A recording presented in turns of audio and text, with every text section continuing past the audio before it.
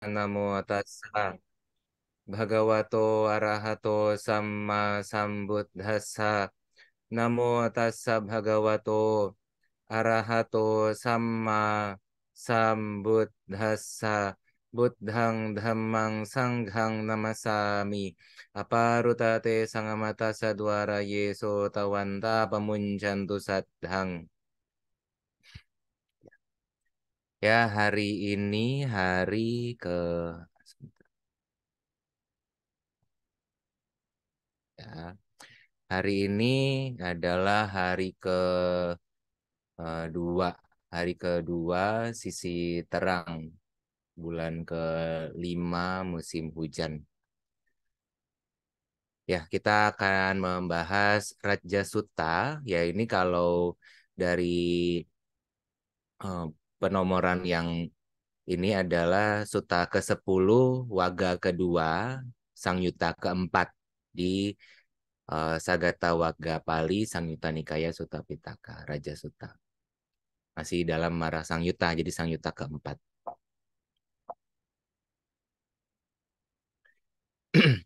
Ya, Raja Sutta kalau nomornya itu ada di SN 420 dan kalau misalkan halaman PTS ada di buku pertama 116 sampai 117.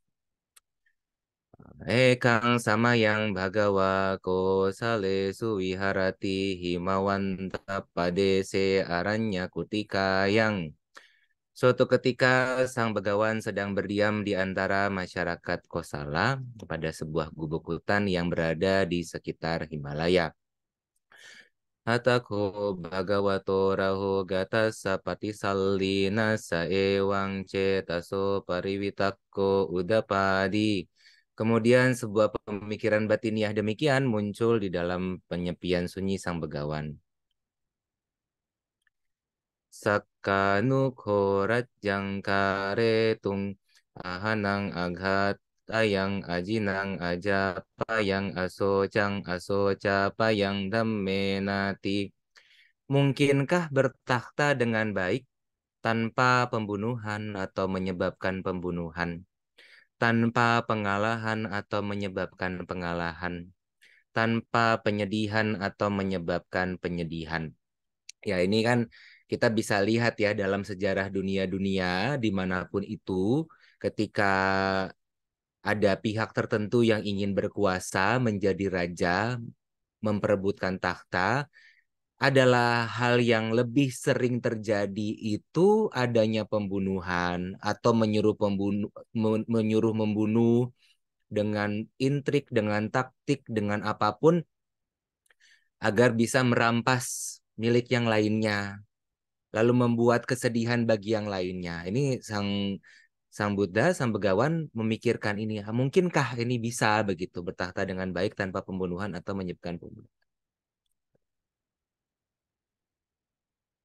Atako maro papima bhagavato cetasa ceto pariwitak kamanya yaniena bhagavate nupasang kami. Kemudian Mara si buruk setelah mengetahui pemikiran sang begawan mendekat sang begawan. Upasang kami tawa bhagawantang tadawoca. Setelah mendekat mengucapkan ini kepada sang begawan. Kare tu bante bhagawa rajang. Bertakhtalah sang begawan bante. Kare tu sugato rajang ahanang aghatayang ajinang aja payang asocang asoca payang dhammenati. Bertakhtalah Sugata dengan baik tanpa pembunuhan atau menyebabkan pembunuhan, tanpa mengalahkan atau menyebabkan kekalahan, tanpa penyedihan atau menyebabkan penyedihan. King paname tuang pa pima passa siang mang tuang wang wadesi. Wahai si buruk, apa yang engkau lihat hingga berkata demikian? Kare tu bhante bhagawa rajang kare tu sugato rajang ahanang aghatayang ajinang aja payang asocang asoca payang dhammenati. Bertahtahlah sang Begawan Bante, bertahtahlah Sugata dengan baik, tanpa pembunuhan atau menyebabkan pembunuhan, tanpa mengalahkan atau menyebabkan kekalahan, tanpa penyedihan atau menyebabkan penyedihan. Bhagavata ko bhante cattaro ittipada bhavita bahuli kataya ni kata wattu kata anuttita paricita susamaradha. Wahai Bante, oleh begawan keempat tapak keberhasilan, ini idipada maksudnya, telah dikembangkan, banyak dilakukan, dibuat sebagai tunggangan, dibuat sebagai landasan, ditautkan, dihimpun, serta dimunculkan dengan baik. Akangkamano cabante bhagawa himawantang pap batarajang suwanang tue wa adimucce ya suwanan capanasati. Wahai Bante, jika Begawan menginginkan, semestinya menghendaki Himalaya si Raja Gunung sebagai emas, jadilah ia sebagai emas. Jadi Mara mengatakan bahwa kalau misalkan Sang Buddha, Sang Bagawa ingin Himalaya menjadi emas, ya cukup berkehendak, cukup bertekad saja langsung menjadi emas. Gitu. Tapi Sang Buddha mengetahui bahwa ini adalah Mara. Bab batas sasuwan nasaja tarupas sakewalo. Keberadaan sebuah gunung yang keseluruhannya terbuat dari emas, terlapisi emas. Dwittawana lame kasa iti witwa samancare. Pun dua kalinya tidak cukup untuk seseorang. Setelah mengetahui ini, semestinya hidup seimbang. Yodukhamat dakiyato nidanang. Siapapun yang melihat sebab kemunculan dukkha, kame suso jantu katang nameya. Bagaimana orang itu dapat condong dalam kesenangan-kesenangan indriawi? Upading widitwa sanggo tiloke. Mengetahui upadi adalah sangga di dunia. Mengetahui kemunculan adalah pencantol di dunia. Tase wajantu winaya yasikheti. Orang tersebut semestinya berlatih demi pembinasaan hal tersebut. Yang dimaksud pembinasaan ini adalah pembinasaan upadi. Upadi di sini adalah terkait kilesa, kanda, dan abisangkhara setidaknya. Jadi ya terkait dengan potensi-potensi untuk terlahir kembali begitu. Upadi, kemunculan maka diterjemahkannya. Nah, lalu mendengar itu Mara mengetahui bahwa oh ya, sang Bagawa sudah mengetahui ini adalah saya. Atako maro papi majan jana timang Bagawa jana timang sugatoti dukki dum manotat hewanan taradhayiti.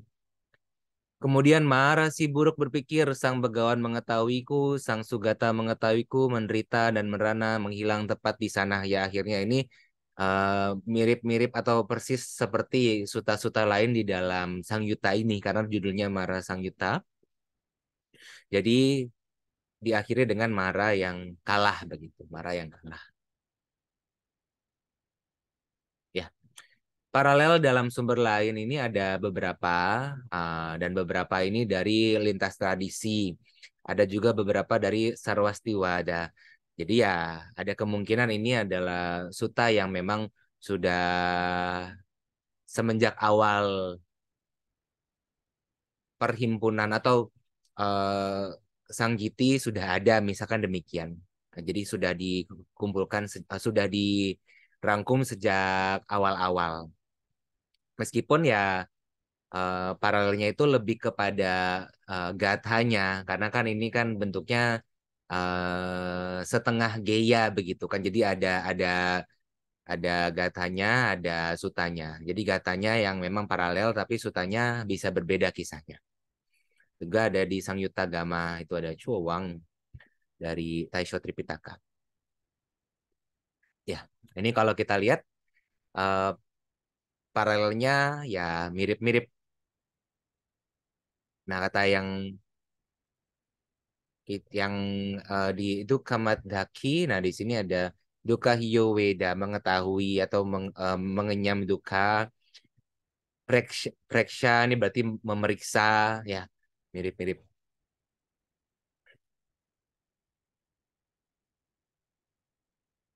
Ya, nah, ini penjelasannya dari Adha kata. Nah, yang dimaksud tanpa pembunuhan atau menyebabkan pembunuhan dalam Sutta ke-10 tersebut adalah yang berkuasa atau bertakhta tidak dengan membunuh atau menyuruh membunuh. Ya ini kan kita mungkin kalau dalam era modern kan sudah adanya hukum yang berlaku, jadi eh, tidak sampai kelihatan pembunuhannya, walaupun bukan berarti tidak ada pembunuhan dalam para penguasa-penguasa itu bisa menjadi pemimpin. Tetapi setidaknya karena adanya hukum yang berkembang, yang bisa ditetapkan, yang sudah adanya kebijaksanaan yang berkembang, walaupun memang belum semuanya bijaksana, tapi setidaknya ada hiri otapanya berkembang begitu secara kulit luaran setidaknya yang menyebabkan pembunuhan ini hampir tidak ada saat ini. Tapi kan kita juga tidak bisa menutup mata bahwa ada uh, menyebabkan pembunuhan secara tidak langsung, adanya isu-isu yang diangkat untuk menjadi adanya penyebab pembunuhan. Itu adalah hal yang wajar ketika seseorang ingin berkuasa. Yang dimaksud tanpa pengalahan atau menyebabkan pengalahan adalah tidak membuat atau menyuruh membuat hancurnya kekayaan pihak lain. Penyitaan atau ke apapun yang membuat kekayaan yang lainnya habis hilang. Denda ataukah sengaja membuat mereka berutang dengan bunga yang tinggi, lalu eh, ketika mereka tidak bisa membayar menyita semuanya. Itu kan juga cara-cara pihak-pihak tertentu untuk berkuasa. Yang dimaksud tanpa penyedihan atau menyebabkan penyedihan adalah tidak dengan menyebabkan kesedihan atau menyuruh menyebabkan kesedihan. Ya, kita kan kadang-kadang melihat adanya mengangkat isu-isu tertentu yang menyebabkan kesedihan hingga ada pihak tertentu yang menjadi berkuasa. Ini adalah hal yang sudah terjadi sejak lama. Nah, inilah yang Sang Begawan pikirkan dengan ulas asih setelah melihat setelah melihat raja-raja yang tidak baik menaklukkan manusia-manusia dengan deraan denda atau hukuman-hukuman atau danda juga bisa berarti tongkat. Tongkat ya dengan kekerasan, dengan segala macam bentuk penekanan, dengan penindasan, ragam-ragam rupanya, dengan penjajahan dan ragam-ragam rupanya. Nah, Mara itu kan tadi disebut mendekat. Mendekat berarti setelah berpikir bahwa oh petapa Begotama tuh memikirkan perihal kemungkinan bertakhta. Berarti kan bisa ada kemungkinan untuk menginginkan bertakhta. Takhta condong pada kelengahan. Seseorang yang memiliki kekuasaan, memiliki takhta,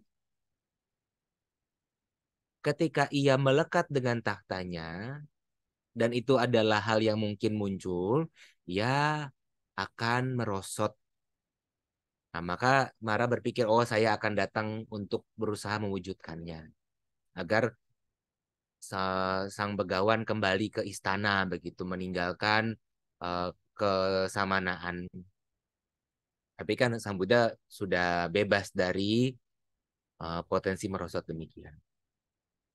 Nah, pada tapak keberhasilan berarti bagian kesuksesan. Berarti terpenuhinya ini seseorang akan menjadi mahir, menjadi sukses. Demikian.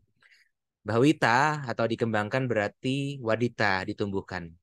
Bahuli kata banyak dilakukan berarti punap punang kata dilakukan berulang-ulang, berlangsung lagi dan lagi.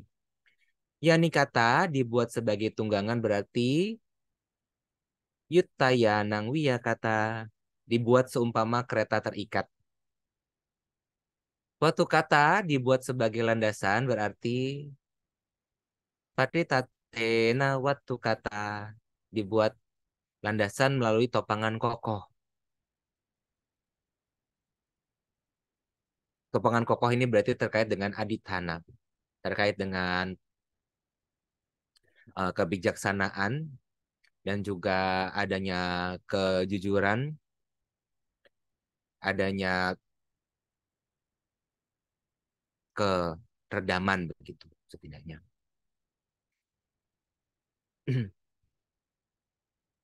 Anutita ditautkan berarti selalu terikat, tidak terabaikan.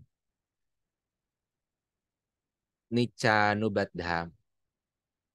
Paricita dihimpun berarti Sattaca ya suparicita diakumulasikan dengan baik dengan cara dilakukan terus-terusan berkesinambungan.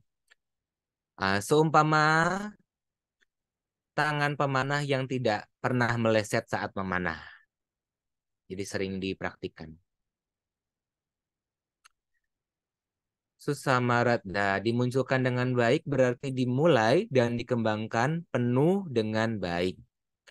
Semestinya menghendaki, adimuceya berarti cinteya, semestinya memikirkan. Jadi kalau ibaratnya cukup dengan berpikir saja, sang begawan itu bisa membuat seluruh Himalaya menjadi emas begitu ibaratnya. Nah, tadi kan disebutkan idipada. Idipada, 4 idipada itu apa? Nah, ini Canda, Wirya, Cita, Wimangsa. Ini memang ada di Sutta juga, tetapi ya eh, penjelasan lengkapnya juga ada di Abhidhamma Pitaka. Karena ini juga eh, terkait dengan adanya Adipati Pacaya. Maksudnya adalah keempat hal ini disebut sebagai adipati. Dalam arti, salah satu dari keempat hal ini ketika menjadi adipati, ketika menjadi pelopor yang terdepan, tiga hal lainnya menjadi pengikut. Gitu. Ketika di yang apa canda itu berarti keberpuasan sebagai kedepan, wirya cita wimangsanya atau kebijaksanaan, keteguhan dan juga kegigihannya itu menjadi pengikutnya, menjadi pengikut, menjadi yang mengikuti lah begitu. Nah, sekarang keberpuasan canda itu apa sih yang disebut sebagai canda? Canda atau keberpuasan itu apapun keberpuasan terhadap dhamma. Maksudnya adalah keberpuasan terhadap dhamma di sini adalah terkait dengan eh, dasa kusala kamapata setidaknya. Terkait dengan dasa kusala kamapata, yaitu adalah terkait kaya sucarita, waci sucarita, dan mano sucarita. Itu 3 hal itu. Apapun lah keberpuasan terhadap dhamma secara terampil. Ini biasanya diidentikan dengan keberadaan saddha. Jadi kalau ada keyakinan seseorang akan berpuas terhadap dhamma, diupayakan penuh, ada kehendak untuk melakukannya. Ya, kehendak untuk melakukan itu kan muncul karena adanya keyakinan, adanya sukacita batiniah yang muncul bersebab keyakinan. Nah, ini disebut sebagai keberpuasan. Ini terkait yang perihal dhamma. Kalau canda dalam bekerja juga demikian. Kalau kita berpuas dengan apa yang kita lakukan, kita yakin bahwa ini adalah ya sesuatu yang bisa membuat kita berhasil, nah, kita kan akan berpuas melakukannya, apapun yang seakan tidak mungkin menjadi mungkin. Begitulah maksudnya canda. Nah, canda ini juga akan berpotensi memunculkan yang kedua, wirya. Nah, maksudnya yang wirya atau kegigihan ini adalah apapun perihal batinia yang memunculkan semangat, ya ini sebenarnya di sini ada peala, ada ragam-ragam sinonim dari wirya. Tapi ya, yang bisa memunculkan semangat, ya ini adalah daya upaya benar. Daya upaya benar itu maksudnya adalah upaya penuh memunculkan nilai yang luhur dan upaya penuh menghilangkan nilai yang tidak luhur. Ringkasnya demikian. Disebut sebagai kegigihan. Nah, cipta. Cipta di sini cipta, tapi maksudnya adalah kekokohan cipta sih sebenarnya, lebih kepada kekokohan cipta secara umum, secara utuh begitu. Secara utuh Berarti nilai-nilai pembentuk cipta yang disebut sebagai cetasikanya itu adalah dominan di sini. Apakah yang dimaksud sebagai dengan cipta? Apapun cipta, pengetahu, pemikiran yang muncul bersebab mano winyana dhatu disebut sebagai cipta. Jadi ya secara umumnya, kalau yang canda dan wirya itu kan disebut sebagai cetasika. Tapi ini cipta secara umum keseluruhannya adalah kokoh dalam nilai luhur. Setidaknya demikian. Wimangsa adalah kebijaksanaan atau penyelidikan. Apapun kebijaksanaan, pemahaman, ketidaksesatan, pemilahan perihal-perihal, Dhamma Wicaya itu pemilahan perihal-perihal, memilah menjadi 4 setidaknya, duka, kemunculan, kepadaman, dan jalan menuju pada duka. Samaditi berarti pandangan benar. Pandangan benar terkait duka, kemunculan, kepadaman, dan jalan menuju pada duka. Ini disebut sebagai penyelidikan. Jadi menyelidiki kembali, menelaah kembali fenomena yang baru muncul, setidaknya apakah dipilah menjadi duka, kemunculan, kepadaman, dan jalan, atau dipilah atau diselidiki apakah masih ada yang digenggam pandangan keliru. Itu disebut juga sebagai wimangsa. Nah, itu uraiannya demikian. Ya, dikembalikan kembali kepada moderator atau Cilusi. Ya, kira-kira ada yang mau ditanyakan? Baik, terima Silakan. kasih Bante. Satu-satu. Buat teman-teman di sini yang ingin bertanya langsung, boleh langsung di unmute atau misalnya yang malu, boleh ketik di kolom chat ya. Silakan.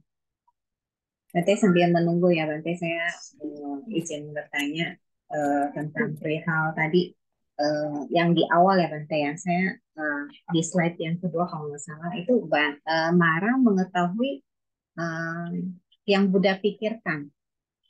Nah, seperti itu. Maksudnya di sini berarti Mara mempunyai kemampuan sampai apa apa yang Sang Buddha pikirkan itu dia juga mengetahui apakah seperti itu? Ya, kita bisa telah lagi dari 5 jenis mara. Memang kalaupun memang Hmm. itu adalah yang dijuluki sebagai Dewa Putamara, ya kalau kita melihat dari banyak sutta, oh ada kemungkinan Mara juga bisa mengetahui pemikiran Sang Buddha setidaknya. Tapi kan dari satu sisi saja, tandanya kan kalau misalkan akhirnya Mara dikalahkan itu kan tidak sampai menyelami betul ke dalam pemikiran Sang Buddha kan dia kan hanya mengetahui kulit luarannya saja begitu kan hanya mengetahui kulit luarannya saja tapi juga bisa jadi yang dijuluki sebagai Mara di sini adalah pariwitaka yang dimunculkan oleh seorang sama Sang Buddha. Maksudnya untuk apa sih kok ada pariwitaka yang seakan-akan meragukan pemikiran beliau sendiri.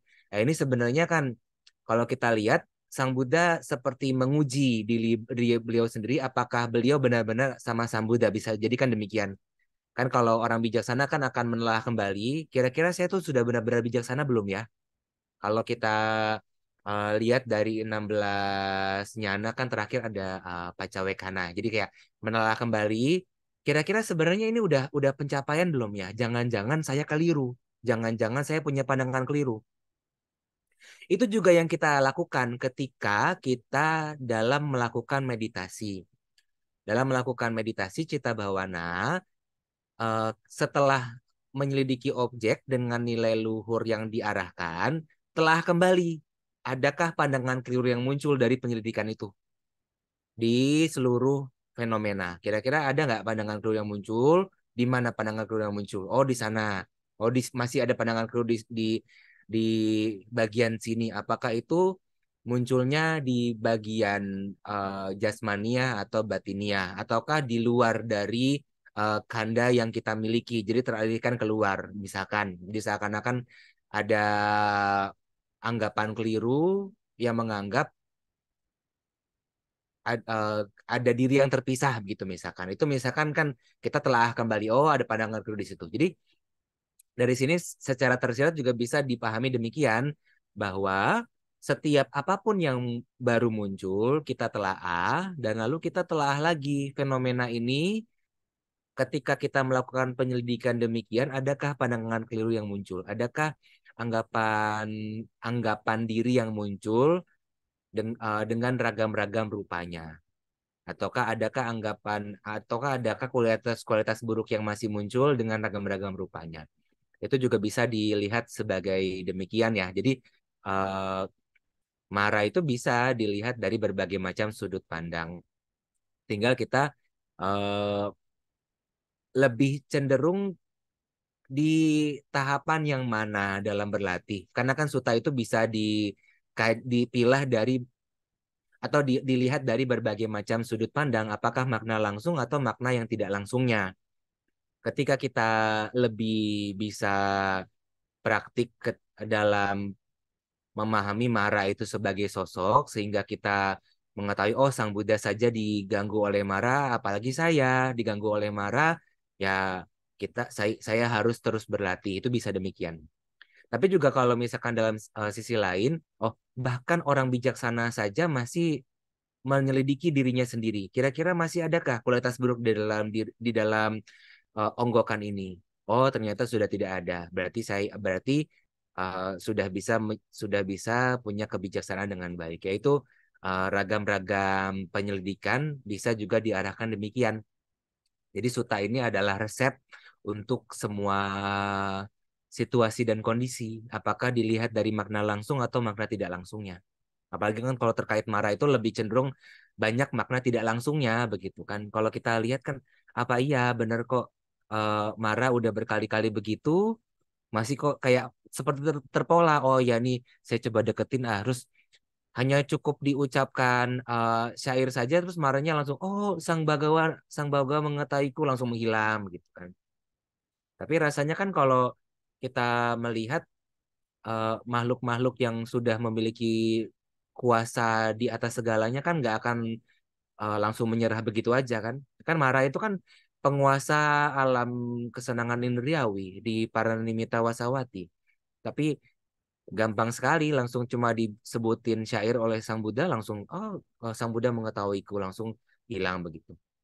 Yaitu bisa dilihat dari berbagai macam sudut pandang. Apakah dilihat sebagai makhluk, dilihat sebagai kanda, dilihat sebagai kilesa. Kanda juga termasuk pariwitaka di sana. Dilihat sebagai abisangkara, yaitu bisa ragam-ragam rupanya. Tapi ya, karena sama Sang Buddha itu sudah terbebas dari kilesa, ya memungkinkan bahwa ini adalah pariwitaka yang memang sengaja diarahkan oleh sama Sang Buddha untuk menelaah kembali apakah masih ada noda di kanda inilah setidaknya.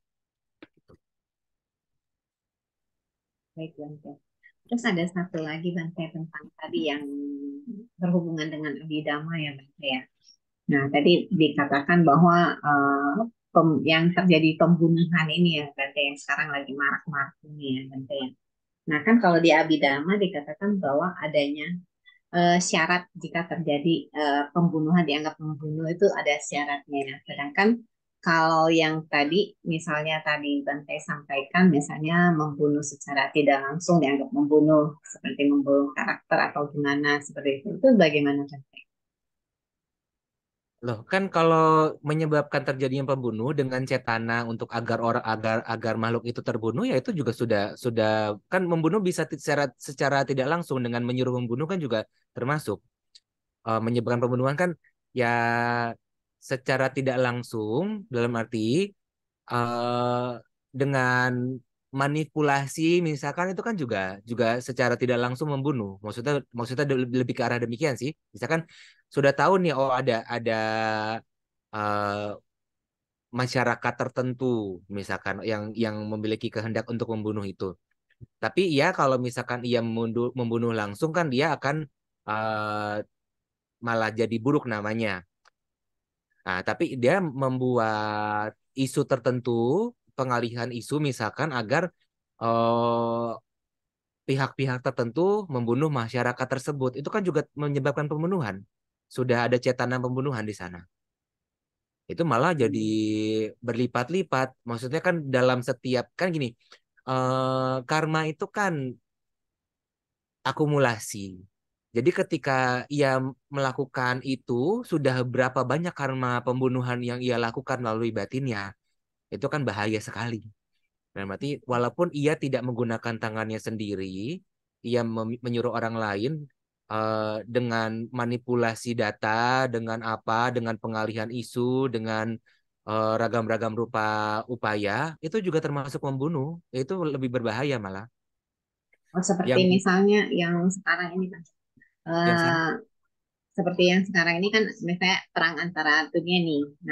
Nah, ini yang menyebabkan berarti yang maksudnya yang ini karma buruknya yang berat ini berarti si penguasa ini ya Bante ya seperti itu. Ataukah para tentaranya ini seperti itu. Kayak misalnya ini perang yang kemarin baru-baru ini kan Palestina sama Israel ya Bante ya. Nah, ini kan adanya satu perintah dari pemerintahnya. Sedangkan ini dilaksanakan oleh para tentaranya seperti itu Bante.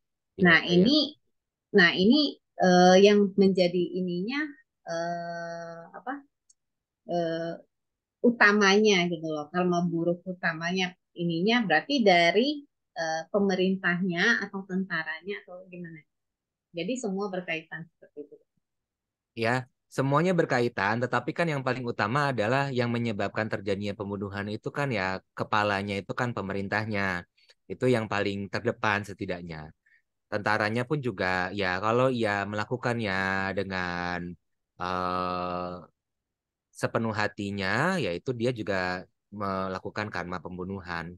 Tetapi kalau misalkan ia terpaksa melakukannya, walaupun ia sebenarnya ia tidak mau melakukannya, tetap ada karma buruk pembunuhan, hanya saja memang kualitasnya tidak tidak lebih kuat dibanding mereka yang sukacita ketika membunuh begitu.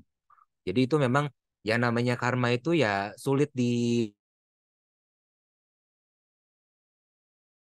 yang lebih ini mana yang lebih terdepan itu karena terjadinya secara batiniah itu yang kita nggak bisa ukur tetapi memang bisa dikelompokkan begitu karena kan karma itu akumulasi sebenarnya maka disebut sebagai abhisangkara karena sifatnya akumulasi sifatnya adalah himpunan sifatnya itu bukan diri sesuatu yang bukan diri ya tidak bisa kita ukur tidak bisa kita hitung hanya bisa kita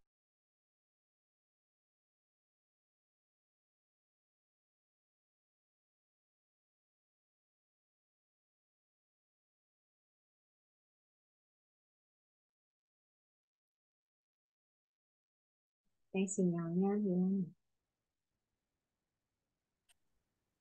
Izin bertanya. Silakan silakan. Ini Bante kayaknya nge-freeze ya? Kayaknya ini iya iya agak ini Agak agak nge-freeze ya Bante ya? agak apa jaringannya agak mungkin hujan Oh, karena di sini. Oh iya. iya, Ya, Ya, udah deh. Silakan Kirana mau bertanya Bante. iya izin bertanya ya, Bante. Bante tadi ya. dikatakan 4 Idipada. Kalau misalnya ada canda, yang 3 yang lainnya akan mengikuti. Kalau misalnya Wirya kan kita bisa ketemukan di yang lain-lain ya Bante ya. Ya gimana? Untuk Wirya Hmm. bisa kita temukan di yang lain-lain kan ya Bante. Tapi Hmm. kalau misalnya untuk Cita dan Wimangsa, apakah itu bisa muncul tanpa adanya canda Bante? Ya memang semuanya itu saling berhubungan sih.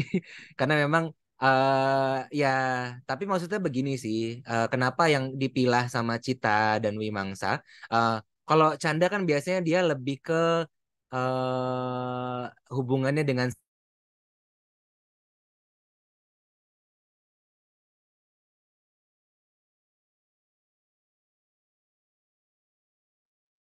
Tunggu sebentar ya Bante. Kayaknya nge-freeze. Nge-freeze lagi. Di Bogor juga hujan sih. Oh, di sini Bandung juga, Ci. Oh iya makanya tadi udah dipikir yang mana nih ya yang jelek sinanya saya apa Bante? Iya, Kayaknya kayaknya. semuanya lagi kurang Iya, bagus. kayaknya. Kalau hujan biasanya sinyal error. Jadi kita tunggu Bante ya. Hmm. Malah Nah, udah. ada. Ini udah Bante.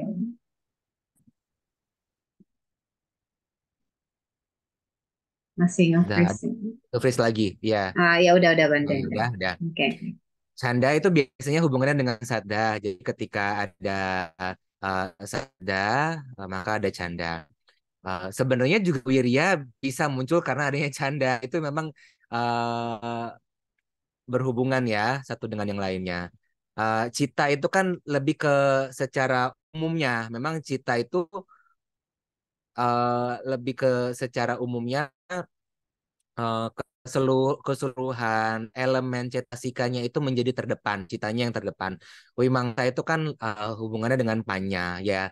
Memang satu dengan lainnya itu berhubungan sih, tapi tinggal yang mana yang terdepan, yang mana yang terdepan, apakah canda yang terdepan, ataukah wirya yang terdepan, cita yang terdepan, atau wimangsa yang terdepan, lebih ke sananya. Tetapi setidaknya ada satu itu sebenarnya semuanya udah semuanya mengikut begitu.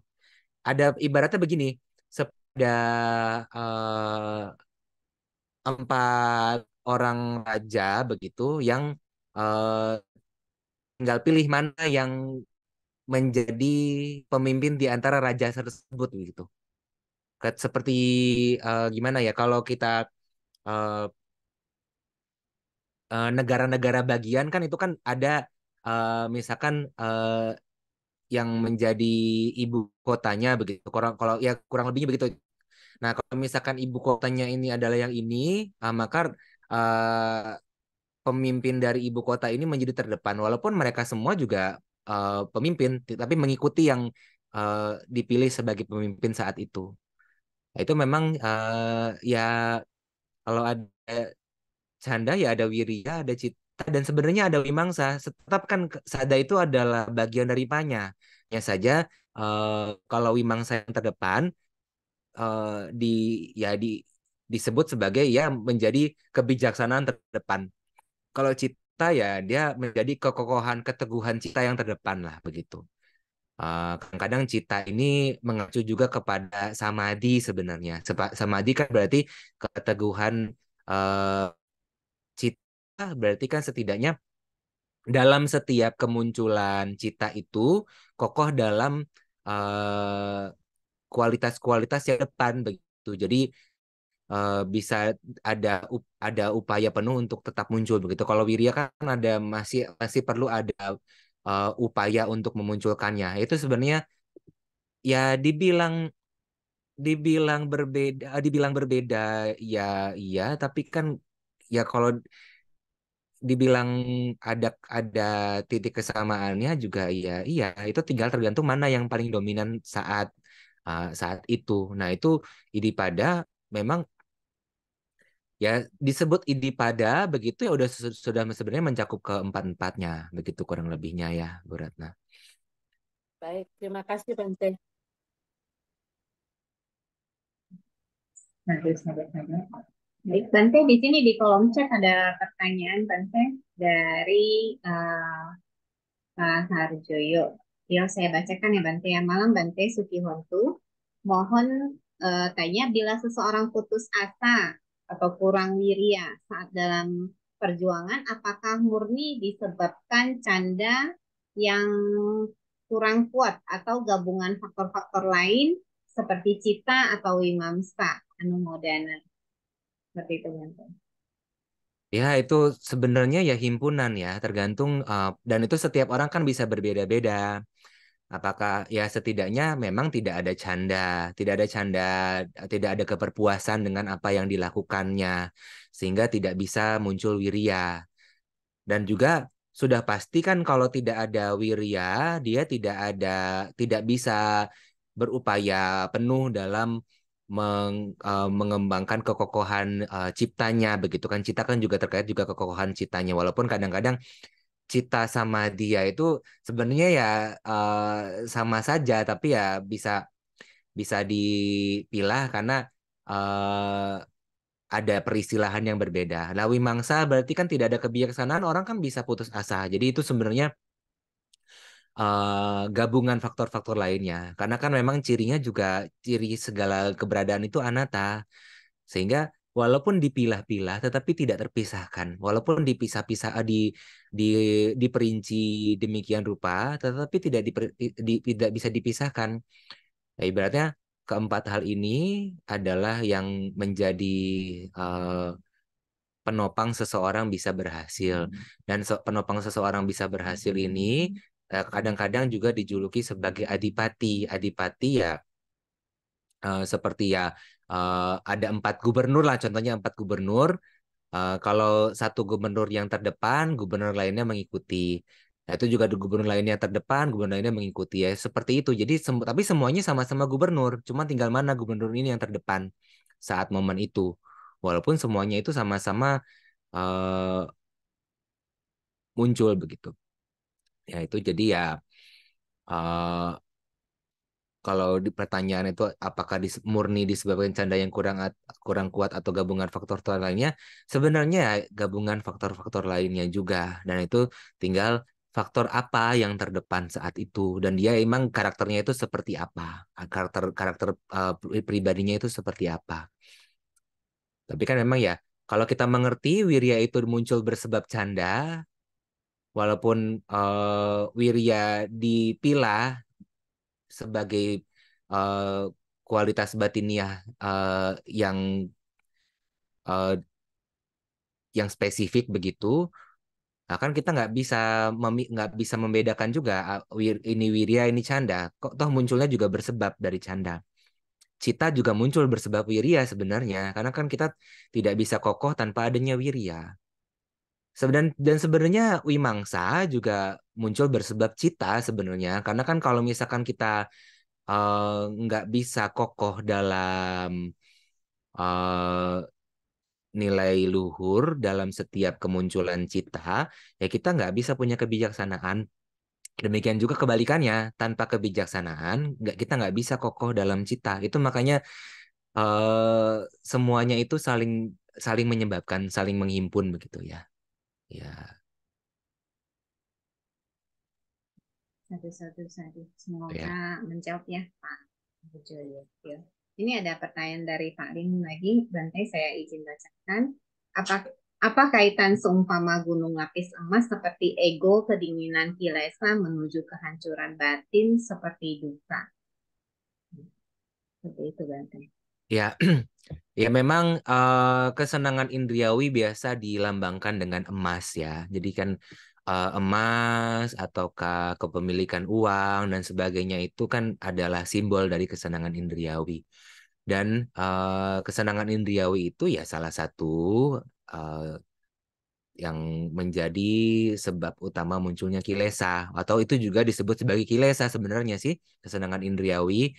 Dan tidak terpuaskan kesenangan indriawi ya itu juga menjadi sisi lain dari uh, kilesa kan, menjadi adanya kebencian dan ragam-ragam rupanya ya sebenarnya begitulah, ya itu adalah simbol dari kilesa ya, ya benar.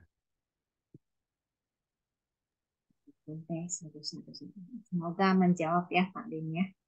Dan selanjutnya ini ada pertanyaan lagi di kolom chat Bante. Saya izin bacakan. Izin bertanya Bante, apakah Mara dan Kilesa sama? Bagaimana mengetahui saya diganggu Mara atau Kilesa? Terima kasih. Silakan Bante.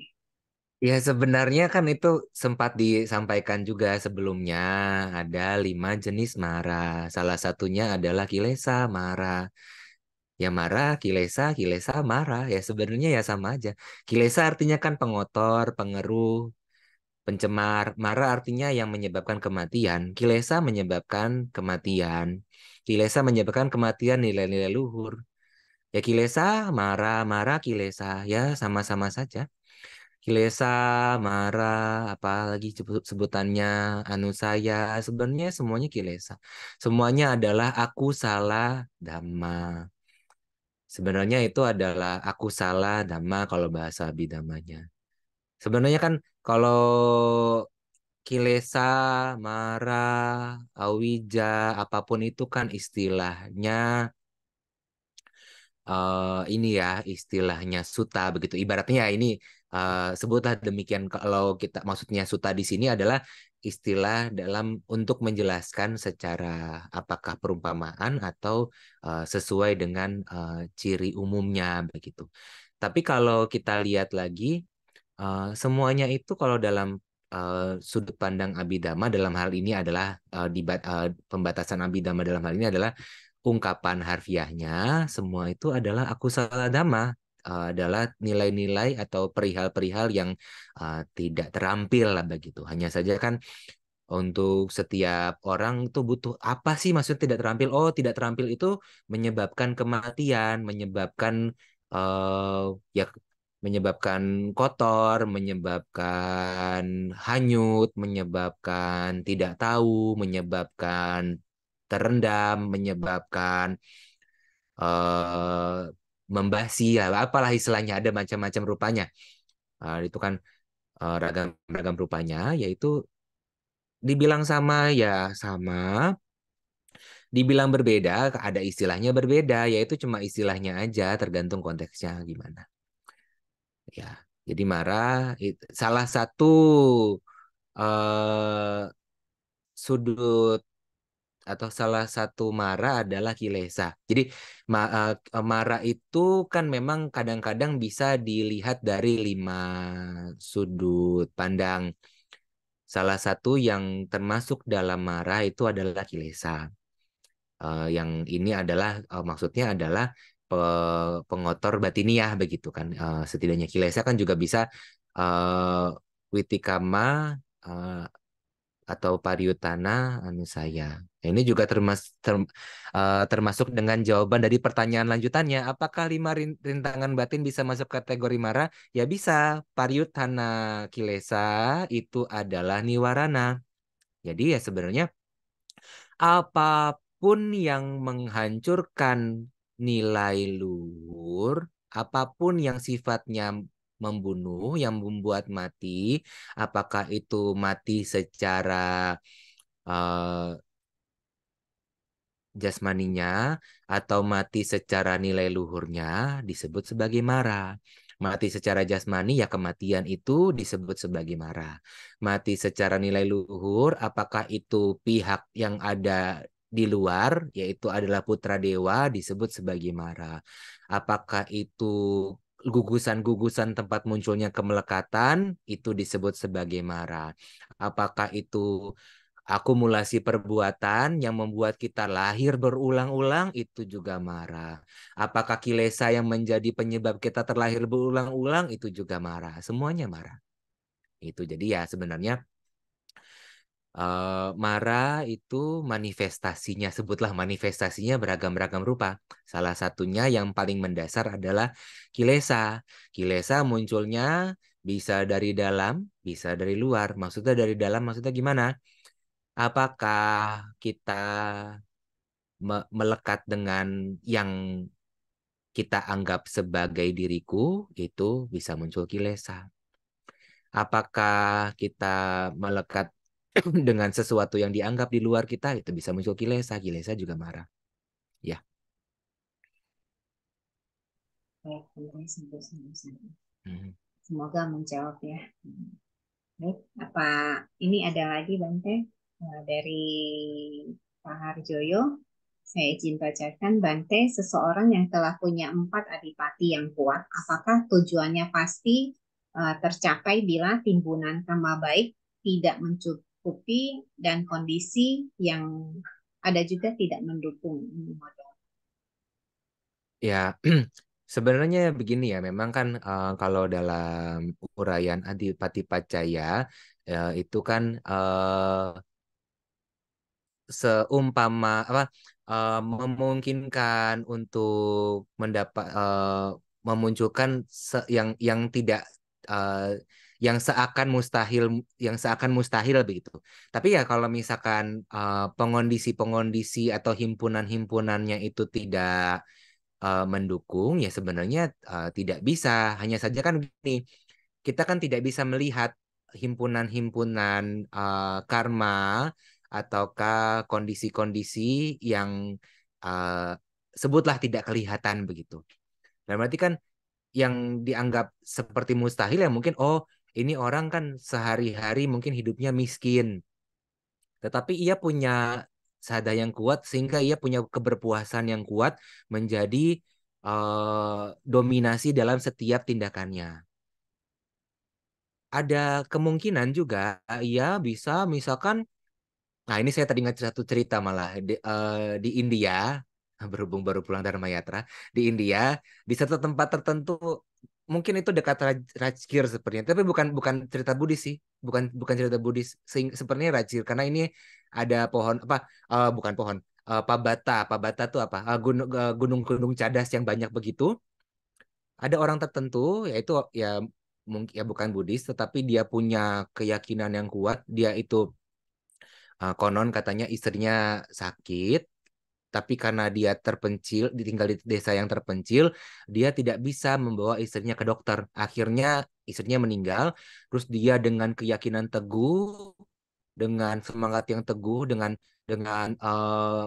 dengan upaya penuh, ini mengambil martil dan paku, lalu memaku itu Gunung Cadas selama sekian tahun, mungkin ya sekian tahun lah hingga Gunung Cadasnya itu bisa ada jalannya. Nah itu ada ininya monumennya di sekitar Racir kalau tidak salah, nanti coba dicari lagi. Ada cerita demikian. Itu dalam arti kan seakan-akan mustahil menjadi mungkin karena dia punya upaya yang penuh begitu. Maksudnya demikian ya. Tapi itu juga berhubungan juga dengan himpunan karma yang lampau, dengan kondisi-kondisi yang ragam-ragam rupanya. Hanya saja kan kadang-kadang kita tidak bisa melihat hal tersebut, tidak bisa melihat kondisi-kondisi yang seakan-akan tidak kelihatan begitu kan. Jadi kan kita tidak bisa melihat kondisi-kondisi yang seakan-akan tidak kelihatan ya. Ya atau contoh beginilah, Bante Anggulimala misalkan. Kalau kita lihat kan kondisinya beliau itu sudah membunuh sekian banyak manusia, tapi kok tiba-tiba bisa menjadi arahanta? Itu apa?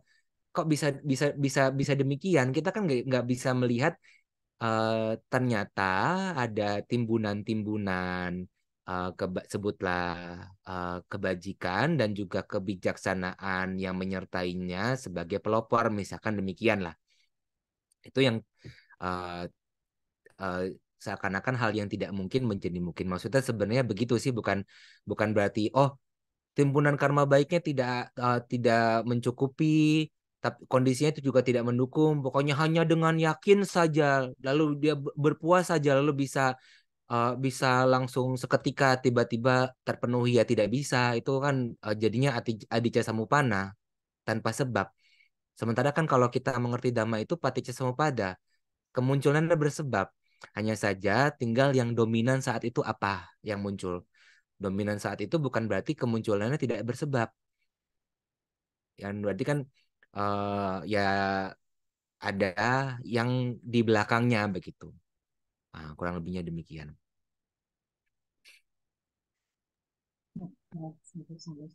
Semoga menjawab ya Pak Hajoyo.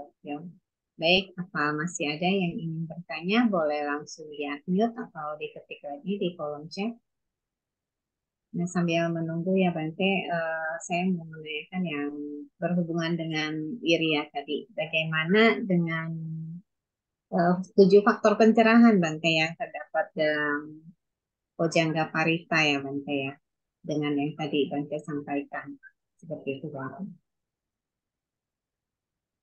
Bukan hal yang berbeda kok Wirya. Kan di situ memang juga ada Wirya. Dalam arti kan ya itu sehubungan dengan yang eh, sempat saya post tadi sih, ada yang 37 Bodhipakkhya Dhamma. Itu sebenarnya satu kesatuan kok, nggak yang terpisah. Kalau mau diringkas sebenarnya itu ada 3 kualitas. Wirya, Sati, Panya. Itu sebenarnya 3 kualitas yang terdepan. Wirya, Sati, Panya. Sebenarnya juga kalau mau diringkas bisa Sati dan Panya. Mau diringkas lagi apa Mada. Sebenarnya semuanya itu apa Mada. Tidak lengah itu berarti ada Sati dan Panya. Ada Sati dan Panya kan bukan berarti cuma ada Sati sama Panya. Kalau cuma ingat, oh ya saya ingat untuk bijaksana, tapi nggak ada upaya, itu sama aja nggak ada Sati Panya. Berarti ada Wirya. Nah, Wirya, Sati dan Panya dikembangkan, dilihat dari berbagai macam sudutnya. Itu ada A- A- Arya Artangkika Magga, ada Sata Bojangga, ada Idipada, eh, apa Satipatthana, Panca Indria, Panca Bala, apalagi itu 37 body Pakyadama yang ya ini sebenarnya yang profile picture di Zoom saya juga sih kalau dilihat kan itu kan 37 body Pakyadama bahwa itu sebenarnya hanya sebatas kita melihatnya dari sisi yang mana begitu.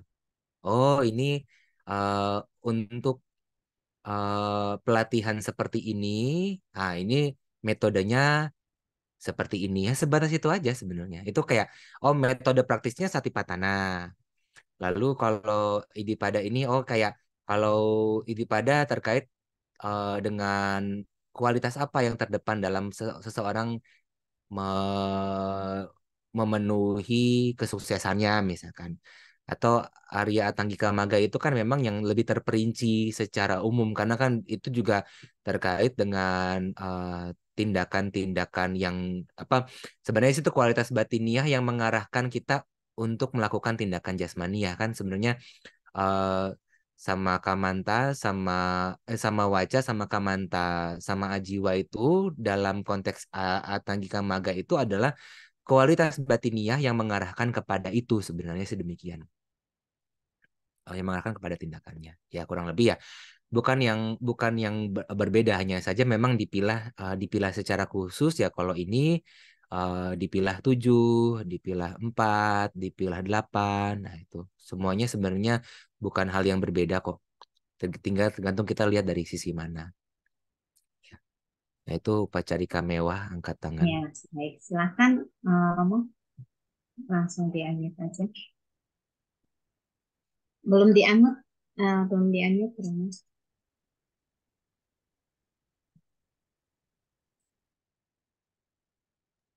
Belum.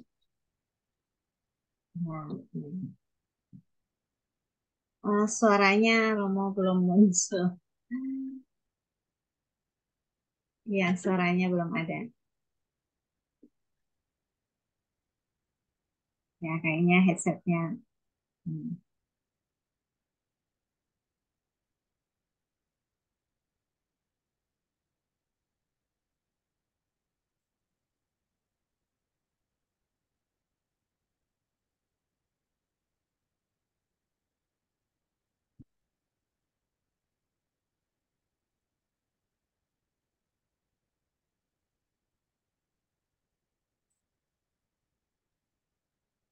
Ya, masih belum ada suaranya. Belum ada. Apa di settingannya ya? Atau headsetnya belum masuk. Kalau nggak Oh, diketik aja. iya, atau diketik. Diketik aja ya namanya. Ya mungkin diketik aja barangkali supaya bisa lebih jelas. Ya. Kita tunggu ya Tante. Tunggu. Jadi sambil menunggu Tante. Nah, saya mau lanjutin tadi pertanyaan yang 7 faktor ini.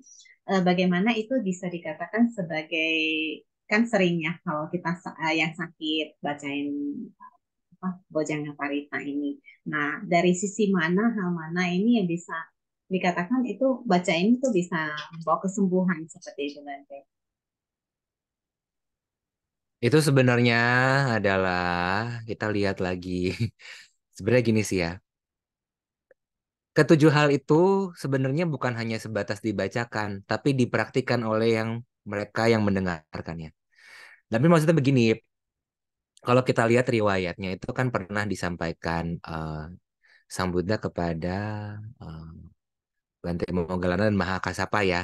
Eh, Lalu kan Bante Cunda menyampaikannya kepada Sang Buddha. Jadi Sang Buddha meminta untuk Bante Cunda mengulang kembali uraian Bojangga. Sebenarnya bukan membacakan sih, tapi mengulang kembali apa yang Sang Buddha sampaikan terkait Bojangga. Hmm.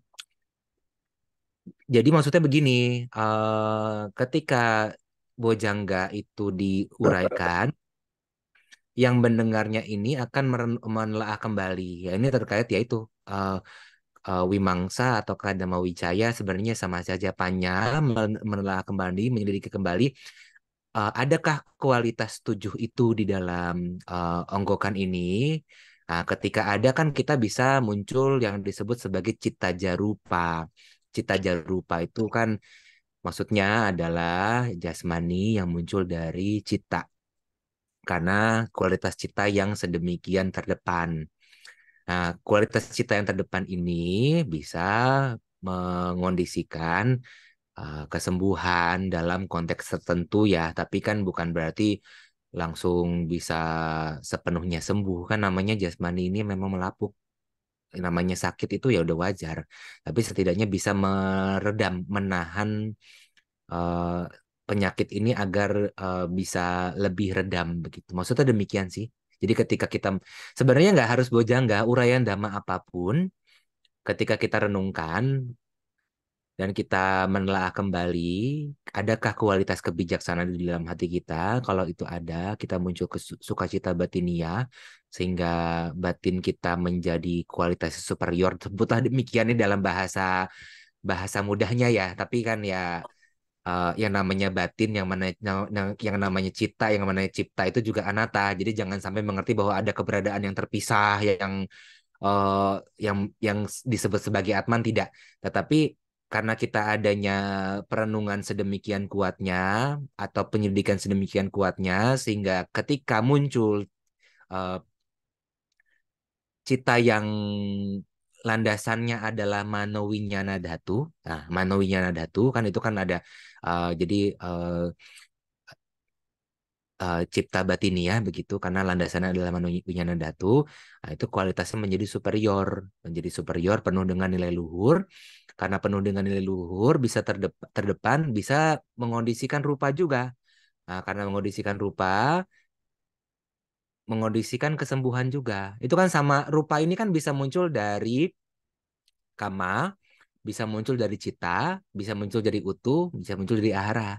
Jadi nggak bukan dibaca tiba-tiba langsung sembuh ya tidak. Itu munculnya bersebab orang yang mendengarkannya itu punya apakah munculnya karena dia punya keyakinan, apakah dia munculnya karena dia punya pengetahuan, tergantung itu apa yang terdepan di sana. Ya. Baik, baik. Sadu. Baik, Bante, ini ada pertanyaan dari Pak Harjoyo lagi. Saya izin baca, Bante. Bante, Wimamsa dalam hal ini adalah untuk orang yang berkualitas batin yang baik ya. Karena bisa jadi orang yang punya tekad semangat yang kuat dan punya cita jahat yang kuat adalah orang yang punya LDM yang tinggi. Dan Ya pastinya keseluruhannya itu berhubungan. Bagaimana caranya orang yang eh, sehari-hari ya cita itu kan sebutlah pemikiran, pikiran atau apalah sehari-hari mikirnya penuh dengan keserakahan, kebencian. Bagaimana caranya dia bisa bijaksana? Nggak mungkin orang yang sehari-hari mikirnya serakah, benci, bengis gitu. Misalkan bengis tuh tidak punya empati berarti kan. Dia tuh, oh ya nggak apa-apa kan, oh, itu dia alasan aja itu nggak masuk kantor alasan tuh dia nggak mungkin sakit. Itu kan berarti kan dia nggak berpikir bahwa orang itu bisa sakit. Bagaimana bisa dia punya bijaksana? Nggak mungkin. Jadi wimangsa itu adalah sebutan untuk kebijaksanaan. Jadi ya kalau cetasikanya itu panya. Wimangsa itu adalah ciri lain dari kebijaksanaan menelaah kembali, menelusuri kembali. Wimangsati, wimangseti yaitu artinya menelaah kembali. Begitu. Jadi itu semuanya berhubungan kok. Kan canda muncul sebenarnya gini, keberpuasan itu kan bisa muncul dari keyakinan yang benar atau tidak keyakinan yang tidak benar. Tapi kalau keyakinan yang benar, candanya itu kan mengarah kepada dhamma canda, bukan kepada kama canda. Kalau keyakinan yang tidak benar mengarah kepada kama canda, itu juga canda. Kama canda berarti kan, oh saya yakin kalau punya banyak uang saya bisa berbahagia. Jadi dia ketika mendapatkan uang dia berpuas sedemikian rupa, ia semangat betul dalam mengumpulkan uang, dia juga eh, citanya dipenuhi dengan uang, uang, uang, uang. Nah, menulis kembali apakah uang saya sudah banyak? Nah, itu kan juga canda wirya cinta mangsa juga ada, tapi kan dalam sisi yang buruk. Dalam sisi yang buruk tidak bisa Wimangsanya itu dikatakan sebagai Wimangsa yang di sini. Wimangsanya itu walaupun dia menelaah kembali secara buruknya. Tapi kan yang dimaksud sebagai Idipada itu bukan demikian. Wimangsa yang bersekutu dengan kebijaksanaan secara benar. Walaupun ya kebijaksanaan sebenarnya harusnya sih ya benar ya, tapi kan kadang-kadang orang kan mikirnya oh ya saya kan bijaksana, kalau saya baik sama orang nanti kan saya dimanfaatin. Jadi saya nggak baik sama orang supaya nggak dimanfaatin. Itu kan bukan kebijaksanaan dimaksud di sini. Dia kan berarti mikirnya hanya dari satu sisi, mikirnya bagaimana agar ia tidak mengalami kerugian secara duniawinya aja. Dia tuh nggak mengerti bahwa itu hanya kulitnya aja, hanya permukaan aja, hanya sesuatu yang sifatnya disertai dengan pengecoh. Dia terkecoh oleh pemikirannya sendiri. Karena itu LDM-nya yang tinggi, loba dosa mohongnya tinggi. Nah, kurang lebihnya demikian. Mungkin satu-satu dulu. Ini lanjut dari pertanyaan Romo ya. Namo Buddhaya. Tolong dijelaskan tentang Sang Buddha di mana terdapat 1.024.055 sama Sang Buddha dan mengapa zaman sekarang pun masih ada yang berniat menjadi Buddha. Seperti itu, Bang. Ya, kenapa enggak? Emang kenapa enggak boleh kalau orang mau berniat menjadi Buddha? Maksudnya begini ya, itu kan angka itu ya sebenarnya bukan angka pasti ya, karena kan eh, kita kan sangsara ini sudah berlangsung sudah tidak tahu lagi awalnya itu kapan lah, nggak ngerti lah awalnya itu kapan. Seperti kita membuat lingkaran, awalnya di mana kita tidak bisa memastikan. Setiap perputaran bisa jadi ada sama Sambuddha, bisa jadi ada Peceka Buddha, bisa jadi ada Sawaka Buddha. Karena kan kebenaran dunia ini ya tidak jauh-jauh, walaupun manifestasinya beragam-agam, tapi ya sebenarnya nggak jauh-jauh dari penderitaan kemunculan kepadaman dan jalan menuju padamnya, nggak jauh-jauh dari itu sebenarnya. eh Kenapa mau menjadi Buddha? Nah, sekarang begini, arahat itu bukan Buddha memangnya. Apakah Buddha itu bukan arahat? Apakah arahat itu bukan Buddha? Sebenarnya kan Buddha juga. Kenapa membedakan arahanta dengan Buddha? Yang membedakan itu hanya kalau dijuluki sebagai arahanta, nah sekali lagi, kalau dijuluki sebagai arahanta, biasanya mengacu kepada Sawaka Buddha. Tetapi sama Sambuddha juga seorang arahanta. Loh, bagaimana bisa dikatakan sama Sambuddha bukan arahanta? Kok kita mengucapkan Namo Tassa Bhagavato Arahato? Jelas kan? Itu sama Sambuddha juga arahanta. Beliau juga dijuluki sebagai arahanta. Arahanta, kenapa disebut sebagai arahanta? Karena mereka itu layak disuguhi, mendapatkan suguhan. Kenapa layak disuguhi, layak mendapatkan suguhan? Karena telah menghabisi musuh yang sebenarnya, yang dijuluki sebagai Esa. Itulah arahanta. Arahanta juga seorang Buddha, tetapi kadang-kadang yang disebut sebagai arahanta biasanya mengacu kepada Sawaka Buddha. Sawaka Buddha ya Buddha. Buddha dalam arti gini, walaupun dipilah menjadi tiga, tiga-tiganya itu adalah Buddha. Ini ada perumpamaan begini sih. Tanah di Jakarta berbeda dengan tanah di Medan misalkan. Tapi kan keduanya sama-sama tanah. Sawaka Buddha, Paceka Buddha, sama Sambuddha mungkin berbeda dari cara para beliau mencapai kebudayaan. Dalam arti ya mungkin lamanya memupuk parami lah sebutlah demikian. Dari ragam-ragam upaya yang dilakukan mungkin ada perbedaan-perbedaan sedikit. Tapi kan keseluruhannya adalah Buddha. Dan kenapa kita harus menghalangi seseorang bertekad untuk menjadi sama Sang Buddha? Sebenarnya kan nggak masalah dong mau menjadi sama Sang Buddha. Kalau ia bertekad demikian sebenarnya. Hanya saja memang untuk saat ini menjadi sama Sang Buddha ya agak lebih sulit karena kan ajaran sama Sang Buddha masih ada. Tetapi kalau misalkan mereka tidak pernah mendengar ajaran sama Sang Buddha, tidak pernah bertemu sama Sang Buddha, juga sebenarnya tidak bisa menjadi sama Sang Buddha kan? Seorang yang tidak pernah bertemu sama Sang Buddha tidak bisa menjadi sama Sang Buddha. Konon demikian dalam riwayat. Jadi ya sebenarnya tidak masalah seseorang mau bertekad menjadi apakah sama Sang Buddha, Paceka Buddha, atau ya cukup menjadi Sawaka Buddha. Semuanya sama-sama Buddha. Kan seperti gini, orang, oh saya mau menjadi sarjana ekonomi, saya mau menjadi sarjana teknik, saya mau menjadi sarjana apa begitu. Semuanya sama-sama sarjana. Yang penting kan menjadi sarjana, misalkan demikian ya, kalau misalkan dihitung sebagai pendidikan akademis. Jadi kita kalau mengkaji Buddha itu bisa melihat dari siapa Buddha biasa mengacu kepada sama Sang Buddha, tetapi apa itu Buddha? Itu mengacu kepada segala kualitas kebudaan yang bisa muncul dalam masing-masing pribadi. Maka dalam uraian yang lainnya, ya ini bukan di dalam Pali sih. Biasanya sejauh ini belum ditemukan, setidaknya saya pribadi belum menemukan di dalam Pali ada yang dijuluki sebagai Tathagata Garbha. Itu adalah ya uh, rahim kebudaan. Maksudnya sih sebenarnya ini sih setiap orang itu memiliki potensi untuk menjadi Buddha. Kita tidak bisa membatasi. Oh, dia nggak bisa berpotensi. Nggak ada demikian. Semua berpotensi menjadi Buddha. Apakah itu Paceka Buddha, apakah itu sama-sama Buddha atau Sawaka Buddha, sama-sama Buddha sebenarnya. Ya, jadi demikian ya.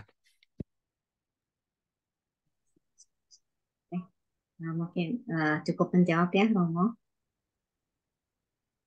Baik.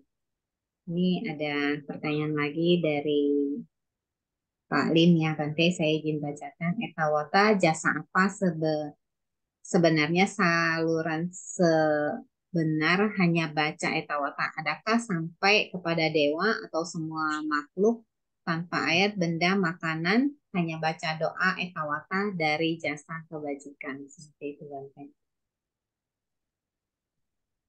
Mungkin maksudnya apakah cuma baca aja langsung tiba-tiba muncul manfaatnya begitu ya. Sebenarnya sih itu kan begini ya, kita mengajak para dewa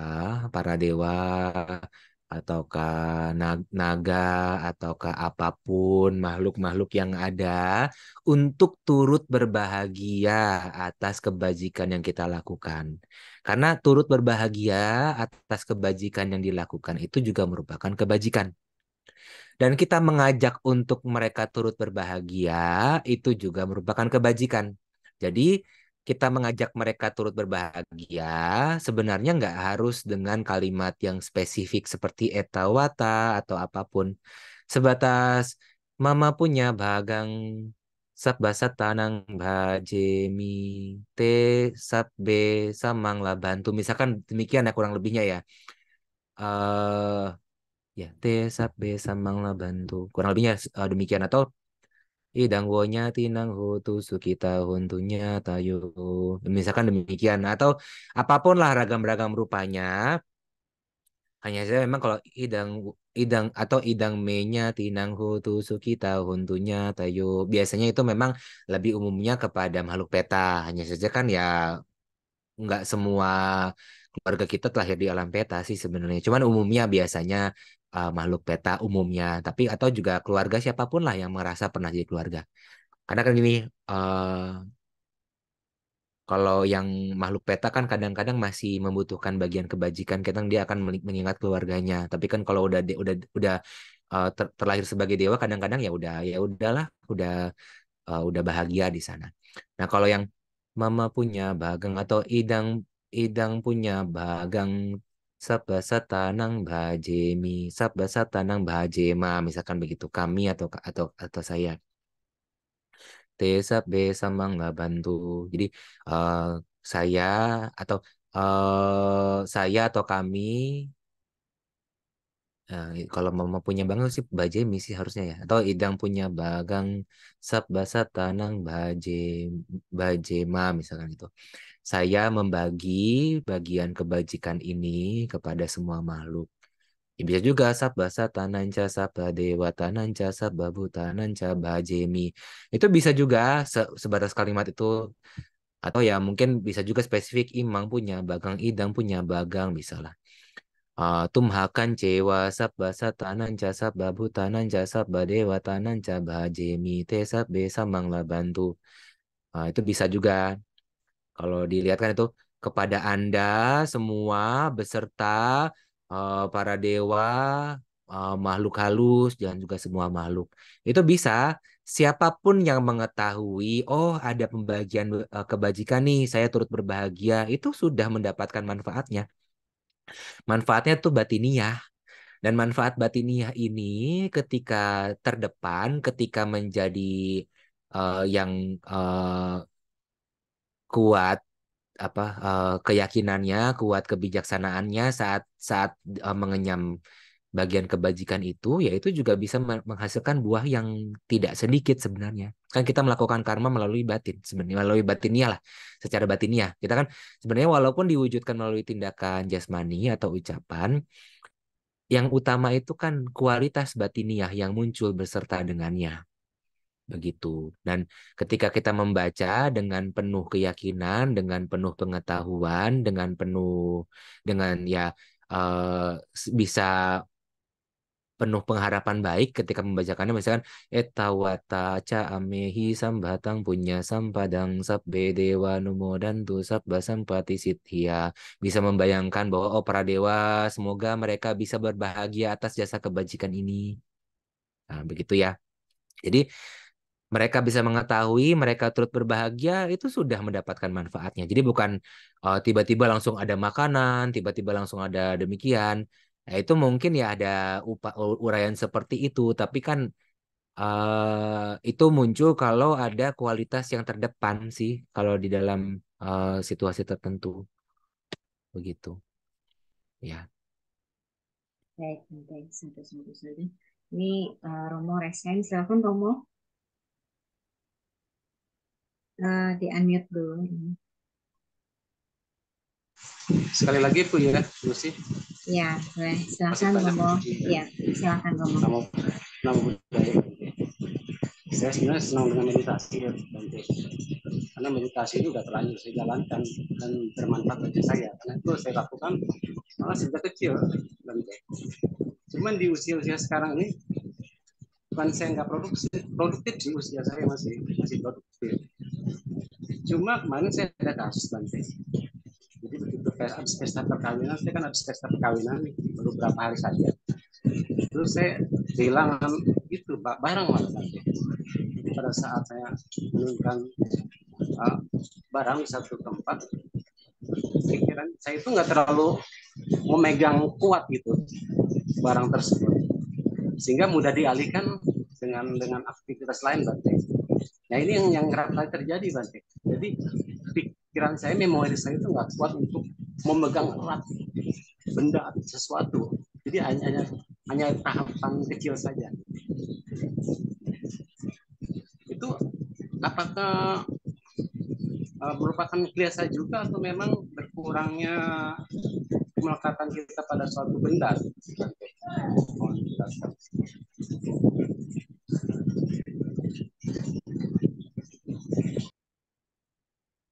Ya, jadi maksudnya kan kalau ketika memegang sesuatu gampang terjatuh begitu ya, kurang kurang kuat pegangannya gitu. Jadi pada saat saya meletakkan sesuatu seperti kasus tadi malam nanti, saya meletakkan barang yang senilai 1 juta.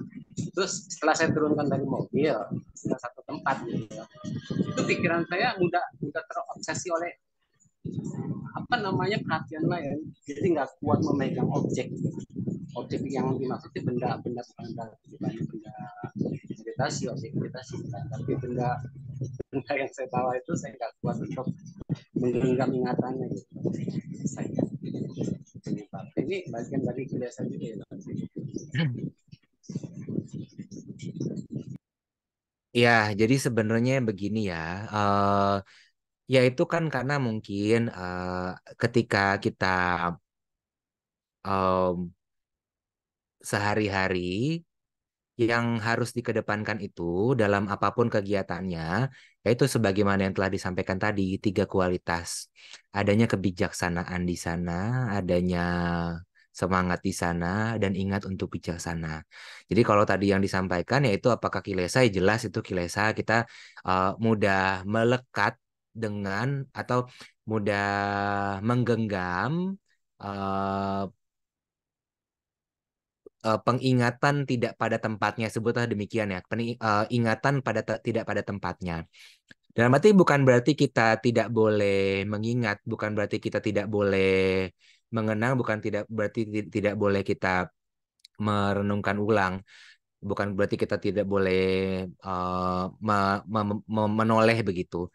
Tapi kan ketika kita mengingat, ketika kita mengenang, ketika kita menelaah ulang, ketika kita menoleh, itu disertai dengan kebijaksanaan secara penuh. Bahwa itu kita telaah apakah kebijaksanaan secara duniawinya, bahwa apa yang kita lakukan saat ini adalah seharusnya demikian, ataukah kalau dalam pengembangan batin dilihat secara cirinya, misalkan cirinya itu apakah ciri umumnya atau ciri khususnya atau ciri umumnya. Ciri khususnya misalkan oh rupa ini sifatnya menghancur, ciri umumnya itu adalah anicca dukkha anatta. Itu misalkan salah satu penyelidikan dalam satu satu sisi ya. Kalau tadi kan oh kalau ketika membawa barang teralihkan pemikirannya ya karena mungkin terlalu banyak yang harus dikerjakan. Jadi sebisa mungkin kita melatih setiap pekerjaan diselesaikan dulu. Setiap pekerjaan diselesaikan dulu, diberi skala prioritas gitu. Jangan mau mengerjakan semua hal dalam satu waktu. Itu yang kita bisa kedepankan. Ada bikin skala skala prioritas. Itu biasanya kalau misalkan kita mudah teralihkan, kita terlalu tercampur bahwa ada ini penting itu penting ini penting mana yang paling penting ya.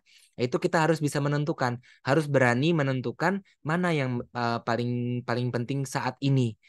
Semua penting tetapi ya ya saat ini juga sebenarnya itu adalah sebutan sih untuk tidak yang paling penting dalam dalam apa ya dalam eh, suasana inilah sebutlah dalam suasana ini mana yang paling penting kalau kalaupun semuanya penting setidaknya kan ada skala prioritasnya begitu setidaknya apa yang paling penting dalam suasana inilah begitu jadi itu bisa dipilah-pilah skala prioritasnya apakah itu kalau ditanyakan apa itu kilesa. Ya iya, tandanya kan pikirannya menghambur. Pikiran menghambur itu kan mudah teralihkan. Pikiran menghambur mudah teralihkan. Jadi tidak bisa mengedepankan kebijaksanaan. Walaupun sebenarnya bukan berarti nggak boleh kita mengingat. Justru malah sebenarnya setiap setiap momen kita mengingat. Harusnya kita mengingat setiap momen yang baru muncul kita mengingat berarti oh ini sudah bijaksana belum nih ya? Sudah bijaksana belum nih ini sudah bijaksana belum nih nah, itu yang harus diingat setiap saat kita ingat untuk bijaksana tapi kalau kita menghamburkan tandanya kita tidak ingat tidak bisa menyertakan kebijaksanaan dalam setiap momen yang baru muncul nah itu ya jawabannya berarti ya termasuk bagian kilesa juga ya.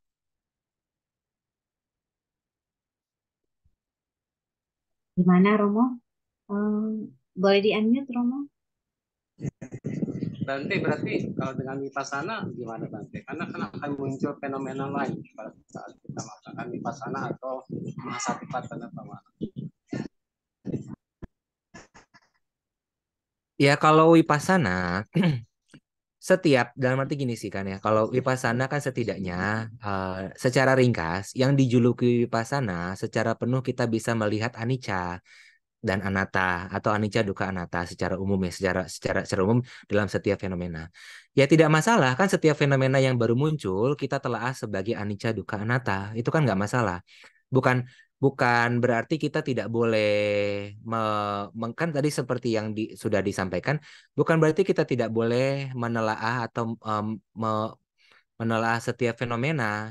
Boleh, justru kalau dalam dalam penelaahan secara spesifik, secara secara khusus dalam mengembangkan wipasana ya sebenarnya sih kan gini ya, kalau dalam Satipatthana itu kan ada 4. Dan 4 itu sebenarnya kita bisa pilah-pilah dalam arti gini. Kalau yang dijuluki sebagai Kayanupasana, setidaknya bisa dikedepankan nilai luhurnya Asubha. Ini masih dalam cakup Samatha Bhawana kalau kita masih menelaah Asubha dalam dalam cakupan ini. Walaupun memungkinkan juga kita bisa melihat Anicca atau Anatta bisa. Kalau Wedana Nupasana dikedepankan nilai luhurnya, kita melihat sisi adinawanya. Adinawa berarti kan ada sisi celahnya. Wedana kan memang memiliki sisi celah yang dominan. Apa sisi celah dari Wedana? Kalau menyenangkan kita ingin lagi, kalau tidak menyenangkan kita menolak, kalau bukan kedua-duanya, kita bingung. Kita bingung kok nggak ada apa-apa ya, kok kayaknya nggak ada apa-apa ya. Kita bingung muncul pandangan keliru, itu adinawa juga. Kalau yang dalam cita nupasana, karena dalam fenomena cita itu masih bisa dilihat ketidakkekalannya, yaitu adalah anicca yang terdepan. Kalau dalam fenomena dhammanupasana, karena dhamma ini lebih halus, kan itu kan terkait juga terkait dengan melihat anicasanya, menyelidiki anicasanya yang muncul, menyelidiki wiraga yang muncul, menyelidiki niroda yang muncul, menyelidiki apa? Patinisagga yang muncul. Jadi memiliki 4 hal itu sebagai perihal yang disebut sebagai anatta. Ini kan memang secara ringkasannya. Tapi kalau dalam praktiknya, apapun yang muncul, batiniah atau jasmaniah, dipahami sebagai bukan diri, bukan milik diri, tidak ada di dalam diri, tidak ada diri di dalamnya. Itu yang terdepan. Jadi sebenarnya nggak masalah kita bisa menelaah kembali semua fenomena. Hanya saja kan ini dalam konteks ketika kita berlatih vipassana secara intensif. Kalau dalam kesehari-harian kan ya kita juga bisa memilah kapan kita harus bisa mengambil nilai yang secara duniawi. Kalau kita sedang sedang membawa barang kan fokusnya adalah bagaimana barang ini bisa dibawa dengan baik, bukan oh barang ini adalah bukan milikku, bukan aku, bukan diriku, dibuang barangnya, lah jadinya pecah dong. Kalau begitu kan nggak memegang ular dari buntutnya begitu kan ya jadinya. Jadi dalam arti kan dhamma ini kan harus dipegang secara benar. Kalau memegang dhamma secara tidak benar, seperti memegang ular secara dari buntutnya. Kalau oh kita harus vipassana, jadi setiap saat kita sedang nyetir mobil, misalkan oh mobil ini bukan milikku, bukan aku, bukan diriku, terus dia tiba-tiba langsung lompat dari mobil lah itu jadi aneh dong, jadinya nggak sesuai dengan yang harus dilakukan. Oh, kalau sedang membawa mobil, oh ini yang harus dilakukan saat membawa mobil misalkan. Ini yang harus dilakukan saat kita meditasi duduk misalkan. Ini yang harus dilakukan ketika kita meditasi jalan misalkan. Kalau misalkan kita sedang apa sedang makan harus begini misalkan.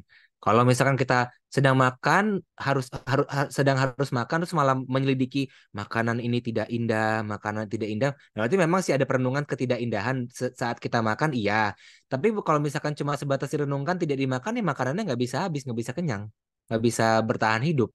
Jadi setiap nilai luhur, setiap kebijaksanaan, setiap metode itu ada waktu dan tempatnya. Ini juga ini terkait dengan 4 jenis sampajanya. Kita bisa menelaah ini bermanfaat atau tidak. Ini sesuai atau tidak waktu dan tempatnya. Ini kira-kira kita menguasainya atau tidak. Gocara itu berarti kita menguasainya atau tidak. Dan ini sepenuhnya bersumber dari apa pengharapan baik atau tidak. Jadi itulah kalau kita memang sedang mengembangkan batin secara intensif vipassana ya kita kan tidak banyak yang harus dikerjakan, setidaknya saat momen itu. Walaupun saat kita sehari-hari pun juga bisa berwipasana dengan cerdas gitu. Dalam arti kita melihat kebukan dirian dari sisi tertentu, tetapi kita tetap mengetahui apa yang harus dilakukan. Nah, ini yang harus terlatih. Jadi kan terlatih bahwa oh ya kita bisa melihat satu sisi bahwa ini kita bertindak sebagai eh, apa itu kan adalah anggapan diri secara umum.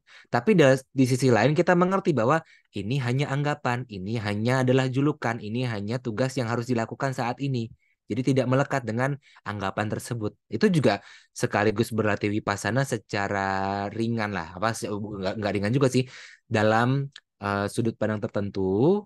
Ya ini adalah ketika kita sedang bertindak, sedang berperan sebagai uh, sosok tertentu. Tetapi kita tidak mengerti sosok itu sebagai secara harfiah. Nah, itu juga bisa uh, melatih wipasana dalam uh, konteks tertentu lah begitu. Jadi kita setidaknya mengedepankan bahwa ini hanya anggapan, ini hanya julukan. Memang ini digunakan saat ini, tetapi kita nggak mengerti itu sebagai diri yang harfiah, begitu ya kurang lebihnya. Ya.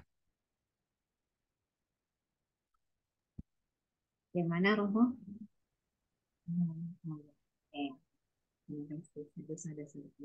Di sini Koasen, silakan Koasen, boleh langsung di-unmute. Nama budaya Bante. Namaste Bante. Ci Rusi, tolong bantu ingat ya pertanyaannya, karena ada 3 pertanyaan. Bante, yang ingin saya tanyakan gini Bante. Di Adipati itu kan yang Bante katakan itu kan yang kusala. Yang aku salah ada nggak Bante? Itu yang pertama. Yang kedua, menurut Bante, Adipati sama Asewana Pacayo Bante, mana lebih terunggul? Karena kan ada Jana Pacayo sama Maga Pacayo Bante. Yang ketiga tentang ada tulisan dari saya ditulis gini, idame punya Nibanasa Pacayo itu tidak bisa dipakai dengan dana Bante. Bagaimana menurut Bante? Makasih Bante. Tadi pertanyaan pertama apa Adipati apakah aku salah atau aku salah? Sebenarnya dalam setiap perihal itu ada 2 sisi ya. Tapi dalam hal ini memang yang dijuluki sebagai adipati itu mengarah kepada kusala. Tapi sebenarnya kan dalam setiap hal itu ada sisi yang lainnya. Dan kalau terkait mana yang terunggul, apakah adipati atau asewana? Asewana berarti kan adanya terasosiasikan Asewana ya, Asewana ya, itu sebenarnya sih ya. Berulang-ulang Bante, berulang-ulang Ya, Asewana. ya, tapi ya Asewana itu berarti kan Asewana gitu kan, Asewana ya terasosiasi berulang-ulang ya, atau terasosiasikan biasanya sih bisa juga. eh Sebenarnya itu ya keduanya itu nggak bisa dikatakan ini terunggul, ini tidak terunggul, ini lebih lebih rendah. Tergantung mana yang dominan dan sebenarnya kan pacaya atau pacaya 24 pacaya itu kan satu dan lainnya itu saling berhubungan dan bahkan kadang-kadang itu ada juga yang sebenarnya sama tapi disebut dengan istilah yang berbeda seperti Anantara dan Samanantara itu kan sebenarnya sama tapi disebut sebagai berbeda. Jadi kalau dikatakan mana yang terunggul sebenarnya ya eh, nggak bisa ditetapkan sih karena itu dua-duanya adalah kualitas unggul. Nah terus tadi yang terakhir Idang Mepunyang di mana Sepacaya Hutu tidak bisa dengan dana ya ya jelas memang eh, tidak bisa dengan dana secara umum. Tapi kan kebijaksanaan tidak akan muncul tanpa dimulai dengan dana. Nibbana Sapacayo Hotu itu memang kalau ditunjuk satu-satunya kebajikan yang mengarah kepada Nibbana itu adalah dituju kama, diti uju kama. Tapi kita nggak bisa meluruskan pandangan tanpa pernah berdana, tanpa menjaga sila. Bagaimana caranya kita bisa meluruskan pandangan kalau kita serakah, kalau kita tidak pernah menjaga sila, kalau kita nggak bisa melepas kemelekatan, itu kan dana juga sebenarnya. Jadi dalam satu sisi iya tidak bisa dana secara umum mengarahkan kepada nibbana, tapi bukan berarti dana tidak bisa mengondisikan pencapaian nibbana. Dengan dana yang menjadi pelandas awal, yang kemudian dilanjutkan dengan praktik-praktik lanjutan, hingga bisa memahami 4 kebenaran mulia, setidaknya bisa Ditya Supatiwida. Ditya Supatiwida itu apa? Itu adalah setidaknya Sotapati Magga, ya kan bisa ya mengarah kepada Nibbana. Sotapati sebenarnya meskipun disebut sebagai Sotapati, bukanlah hal yang berbeda dengan Nibbana. Semua Nawalokutara Dhamma itu kan sebenarnya semuanya adalah Nibbana secara umum lah setidaknya. Walaupun dipilah-pilah menjadi 8, sebenarnya semuanya bukan yang berbeda dengan yang ke-9 yang disebut sebagai Nibbana. Jadi kalau dikatakan dengan berdana tidak bisa mengarah kepada Nibbana, iya, tetapi dengan konteks adalah hanya semata-mata dana saja, nggak mungkin orang bisa mencapai Nibbana. Tetapi tanpa adanya dana yang dilakukan sebagai pelandas utama, nggak mungkin seseorang bisa mencapai Nibbana. Ya kan kalau kita lihat Anupubikata mulainya adalah dana. Seseorang kalau mau mengerti 4 kebenaran mulia, kalau misalkan ia adalah perumah tangga, pertama kali yang didengarkan adalah uraian dana, lalu sila, saga, kama, kama dinawan, kama nisangsa, baru mengarah kepada 4 kebenaran mulia. Nah, mengerti 4 kebenaran mulia ini, yang prosesnya adalah melalui banyak mendengar suta, lalu bisa memahami permaknaannya atau ringkasannya, data, bisa mengulangnya berulang-ulang, wacasa paricita, bisa menimbang di dalam hati, manasanupekita, ditya supatiwida, ini adalah rangkaian diti uju kama, di 7 kama. Nah, di 7 kama ini adalah punya atau bagian kebajikan yang dimaksud dalam idame punyang nibbana sapacayo hotu. Jadi ketika ia berdana dengan sepenuhnya kualitas luhur muncul di dalam hatinya, dan kualitas luhur yang muncul itu bisa dipahami sebagai bukan milikku, bukan aku, bukan diriku, itu kan sudah semua bagian kebajikan dilakukan dalam satu momen setidaknya. Anggaplah satu momen, walaupun sebenarnya sih ya itu sudah banyak kana muncul di dalam satu jentikan jari, kan sudah jutaan karma dilakukan. Jadi sebenarnya itu ya setuju bahwa dana itu tidak termasuk yang di dalam idame punya nibbana sapacayo hotu. Ya, tetapi yang dimaksud adalah dana secara biasa begitu. Dana aja, apalagi dananya, oh ya dana, semoga saya berdana bisa cantik, bisa sukses, bisa ini, bisa itu. Dana seperti itu ya tidak bisa mengarahkan kepada nibbana. Itu kan aspirasinya adalah semoga ketika saya berdana ini tidak hanya sebatas dana.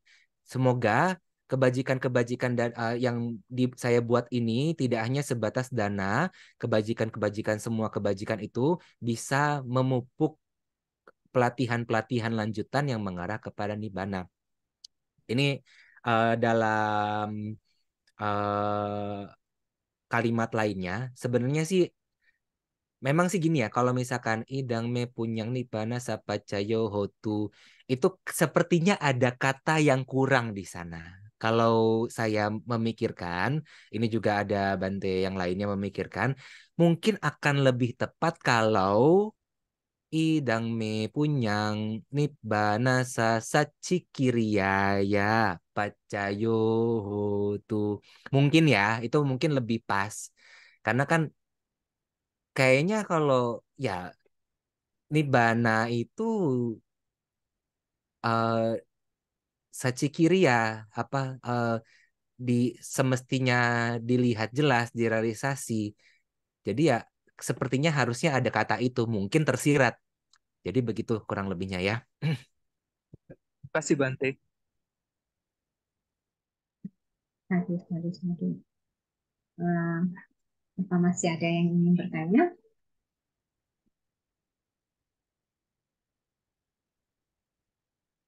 Oke, sambil menunggu ya Bante, saya ingin bertanya bagaimana kita bisa mengembangkan panya kita Bante. Soalnya kalau dilihat ya, kadang orang sudah sangat intelektual, merasa udah bisa menguasai ya, menguasai bidama, apalagi menguasai sutra seperti itu ya. Tapi apakah di situ akan ada panyanya itu ada seperti itu? Karena kan kadang dilihat merasa diri wah, sudah bisa menguasai seperti itu Bang. Inilah maka urutannya itu harus dilaksanakan semua, tidak hanya suta.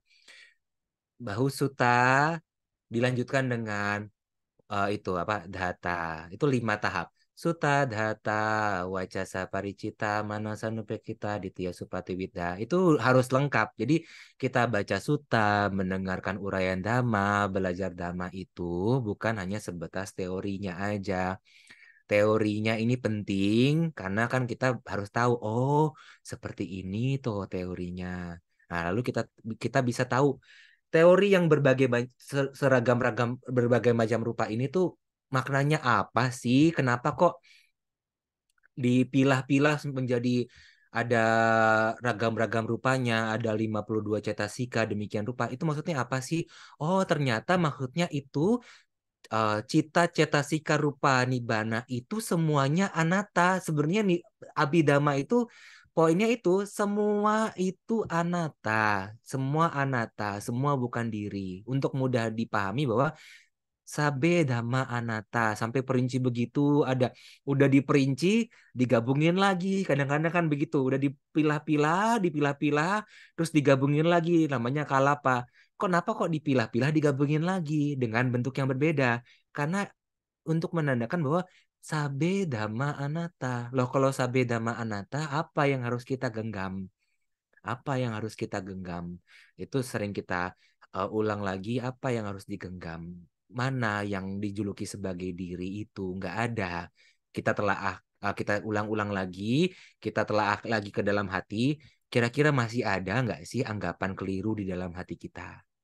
Ada nggak sih kualitas-kualitas seperti ini dalam hati kita?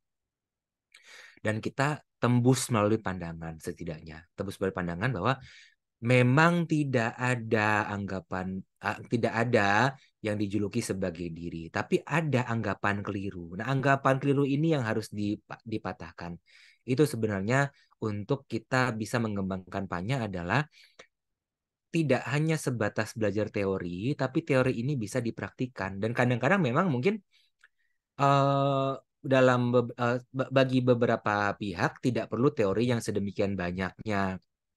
Sebenarnya kan itu semua ya teori ini kan pemilahan-pemilahan istilah seperti ini, istilah seperti itu, uraian seperti ini, uraian seperti itu untuk memudahkan kita mengerti bahwa oh, ada kualitas yang dominan pada suatu waktu, ada kualitas yang eh, tidak dominan. Ada yang julukannya berbeda tetapi ternyata mirip-mirip. Ada yang julukannya sama, tetapi konteks tertentu bisa artinya berbeda. Nah, ini kan memudahkan kita untuk mengerti bahwa, oh memang kontekstual dhamma itu sebenarnya. Tapi tidak jauh-jauh dari 4 kebenaran mulia sebenarnya. Itu yang kalau mau mudahnya adalah kita memahami betul 4 kebenaran mulia dan kita lihat langsung ke gugusan-gugusan ini, keberadaan 4 kebenaran mulia itu. Bahwa tubuh ini dukkha, kemunculan anggapan bahwa tubuh ini milikku adalah kemunculan dukkha, redamnya anggapan tersebut adalah padamnya duka, segala upaya yang dilakukan untuk menuju redamnya itu adalah jalan menuju padamnya duka. Kalau latihannya seperti itu kan nggak ada alasan untuk kita, oh udah saya udah tahu lah, udah ngerti lah ini, dia lebih rendah daripada saya. Sebenarnya kan nggak gitu. Kadang-kadang bisa jadi yang kita anggap sudah tahu bisa jadi keliru juga. Kadang-kadang kan bisa jadi salah paham juga. Atau yang kita pahami dari satu sisi di sini, ada pemahaman dari sisi yang lainnya sebenarnya, mungkin ya. Seperti misalkan kita mengerti dhamma, bisa berarti mengerti sebab, bisa berarti kita mengerti uraian sutta misalkan, uraian eh, yang disampaikan secara ringkasnya. Itu bisa juga mengerti dhammanyu, bisa berarti kita mengerti sebab, bisa mengerti uraian-uraian yang biasa dipilah menjadi 8 jenis loh, yang sutta, geya, weya, karana. Tapi itu maksudnya adalah uraian dalam pustaka utama. Nah, Athanyu bisa kita mengerti akibat satu sisi, bisa juga maksudnya adalah mengerti makna-makna atau ulasan dari sutanya begitu. Itu juga dua sisi yang keduanya sama-sama benar. Cuman karena kita belum memahami kedua sisi tersebut, taunya oh kan Dhammanyu berarti mengetahui sebab, itu salah itu kalau misalkan dijelaskan seperti itu. Nah, itu yang berpotensi memunculkan kesombongan, memunculkan anggapan diri sendiri lebih tinggi, yang lainnya lebih rendah. Begitu. Tapi kan kalau memang sudah melenceng jauh, misalkan tiba-tiba mengajarkan bahwa oh ada kesadaran yang terpisah, lalu meditasi itu kesadaran mengamati, itu kan jadinya agak sedikit apa ya, sedikit perlu diluruskan bahwa oh jangan sampai mengerti bahwa ada atta yang terpisah. Kalau itu kan meluruskan pandangan. Meluruskan pandangan tidak disertai dengan kesombongan. Dengan sepenuhnya kita upaya penuh untuk bisa memunculkan kebijaksanaan begitu. Jadi ya cara memunculkan panya itu yaitu selain banyak mendengar, banyak belajar, kita juga bisa mengarahkan kebijaksanaan itu untuk memeriksa kira-kira di dalam hati ini tuh bagaimana? Apakah banyak sampah? Apakah sebenarnya udah bisa sedikit-sedikit dibuang sampahnya?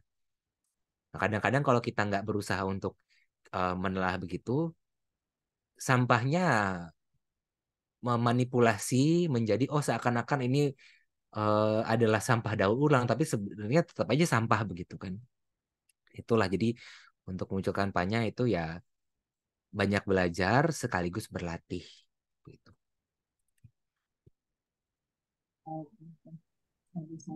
Berarti jika bagaimana jika kalau dalam meditasi ya Bante ya, jadi dikatakan kalau mengamati kesadaran terus itu seperti gimana Bante? Maksudnya selalu mengamati kesadaran objek atau apa saja yang muncul seperti itu Bante? Jadi Dalam gini ya, meditasi. prinsipnya sebenarnya itu ya ringkasnya sebenarnya itu ya sebagaimana yang di Satipatthana itu sebenarnya itu sudah jelas dalam segala fenomena, tiga kualitas yang terdepan, adanya upaya penuh memunculkan nilai luhur, tapi yang disebut sebagai nilai luhur ini apakah dari nilai luhur secara konsep atau kita bisa melihat langsung cirinya. Ingat untuk menyertakan tahu nilai luhurnya. Ya kalau nggak tahu gimana caranya bisa punya upaya, punya kebijaksanaan. Dan ingat untuk menyertakan nilai luhur dalam setiap fenomena yang muncul.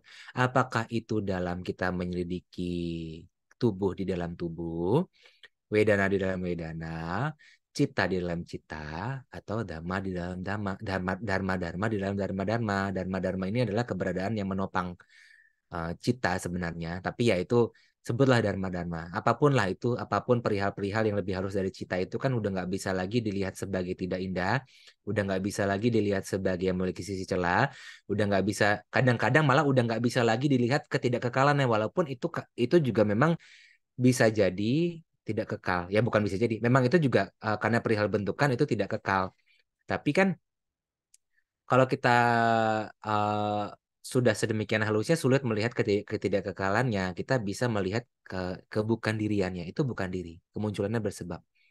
Bahkan gini loh, yang dijuluki sebagai asangkata, bebas dari sangkata, keterbebasan dari sangkata, keterbebasan dari sangkara, walaupun itu adalah perihal tidak berkondisi, tapi tidak bisa disebut sebagai kemunculannya tidak bersebab. Sebenarnya apa kemunculan bersebab dari asangkata? Padamnya sangkara.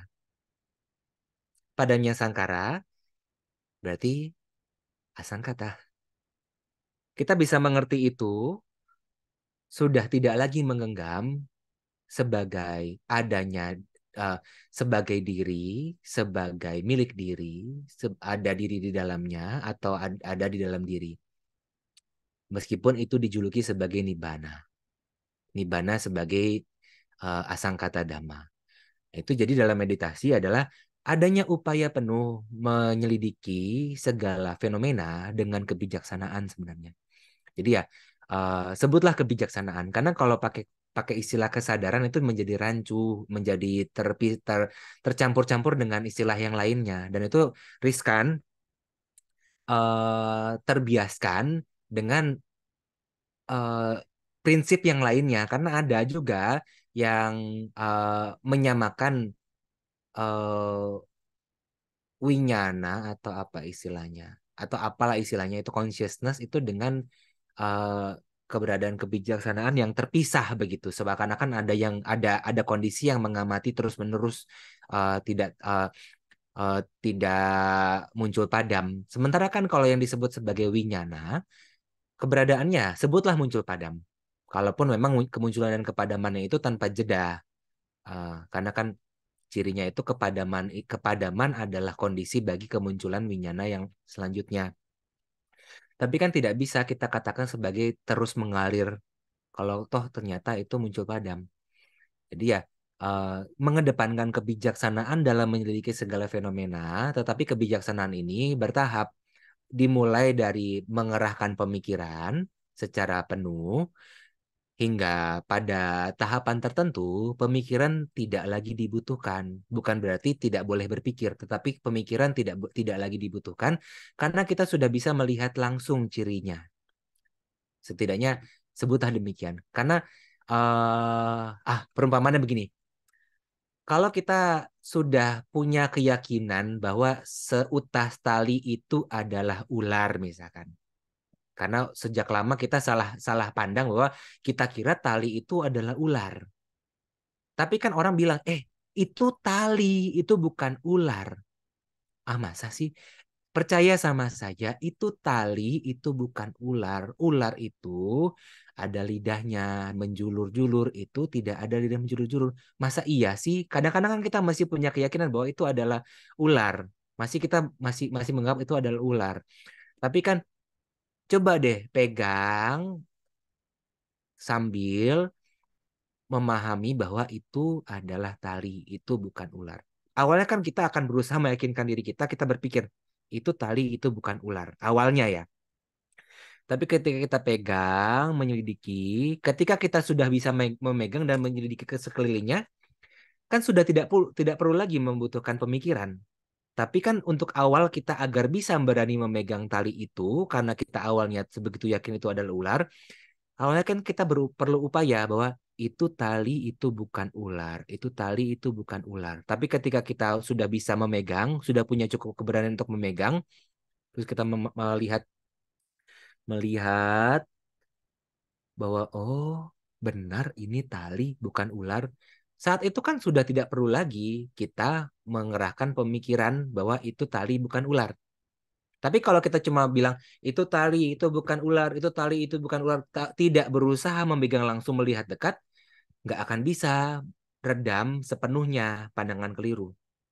Demikian juga kalau misalkan kita cuma sebatas cuma mengucapkan sabe dhamma anatta, sabe dhamma anatta, sabe dhamma anatta di dalam hati, nggak bisa kita melihat bahwa segala keberadaan bukan diri.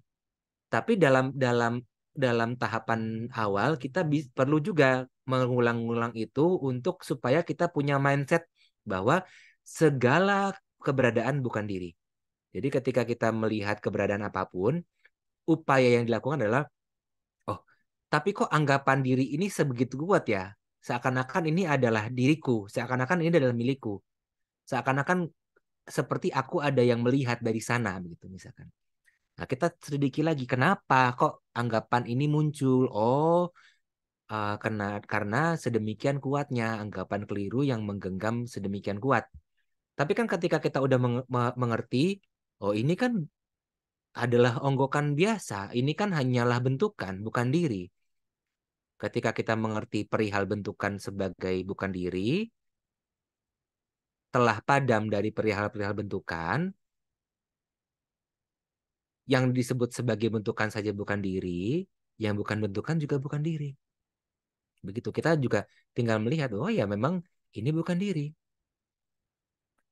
Begitu. Ya. Baik, Bante. Terima kasih, Bante. Lanjut. Baik, nanti di sini udah pukul 9.30 yang mungkin kita akan akhiri ya kelas pada malam hari ini. Baik, Bapak, Ibu, dan sahabat Dhamma, seperti biasa sebelum kita mengakhiri kelas malam hari ini, kita akan sama-sama untuk melakukan pelimpahan jasa atas kebajikan yang telah kita lakukan sepanjang hari ini ya. Termasuk pada malam hari ini kita telah mendengarkan pembabaran Dhamma dari Bante Kita Sado. Dan untuk pelimpahan jasa, silakan Bante untuk memimpin. Silakan Bante. Ya.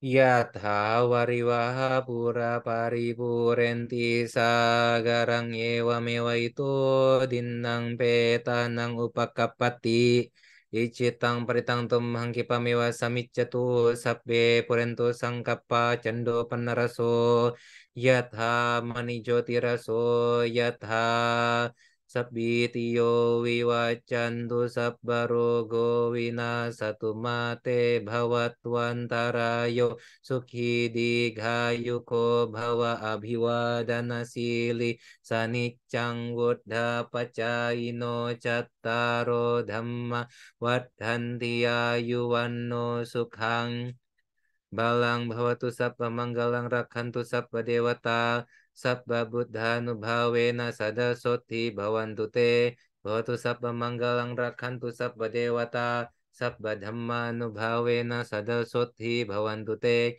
bhavatu sabba manggalang rakhantu sabba dewata sabba sanghanubhavena sada soti bhavantu te.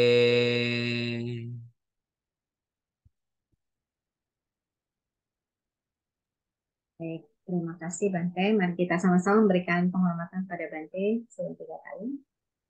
Bante. Sidhamatu idang palang etasming ratatana tayasming sampasadana cetasu. Terima Ya. kasih Bante.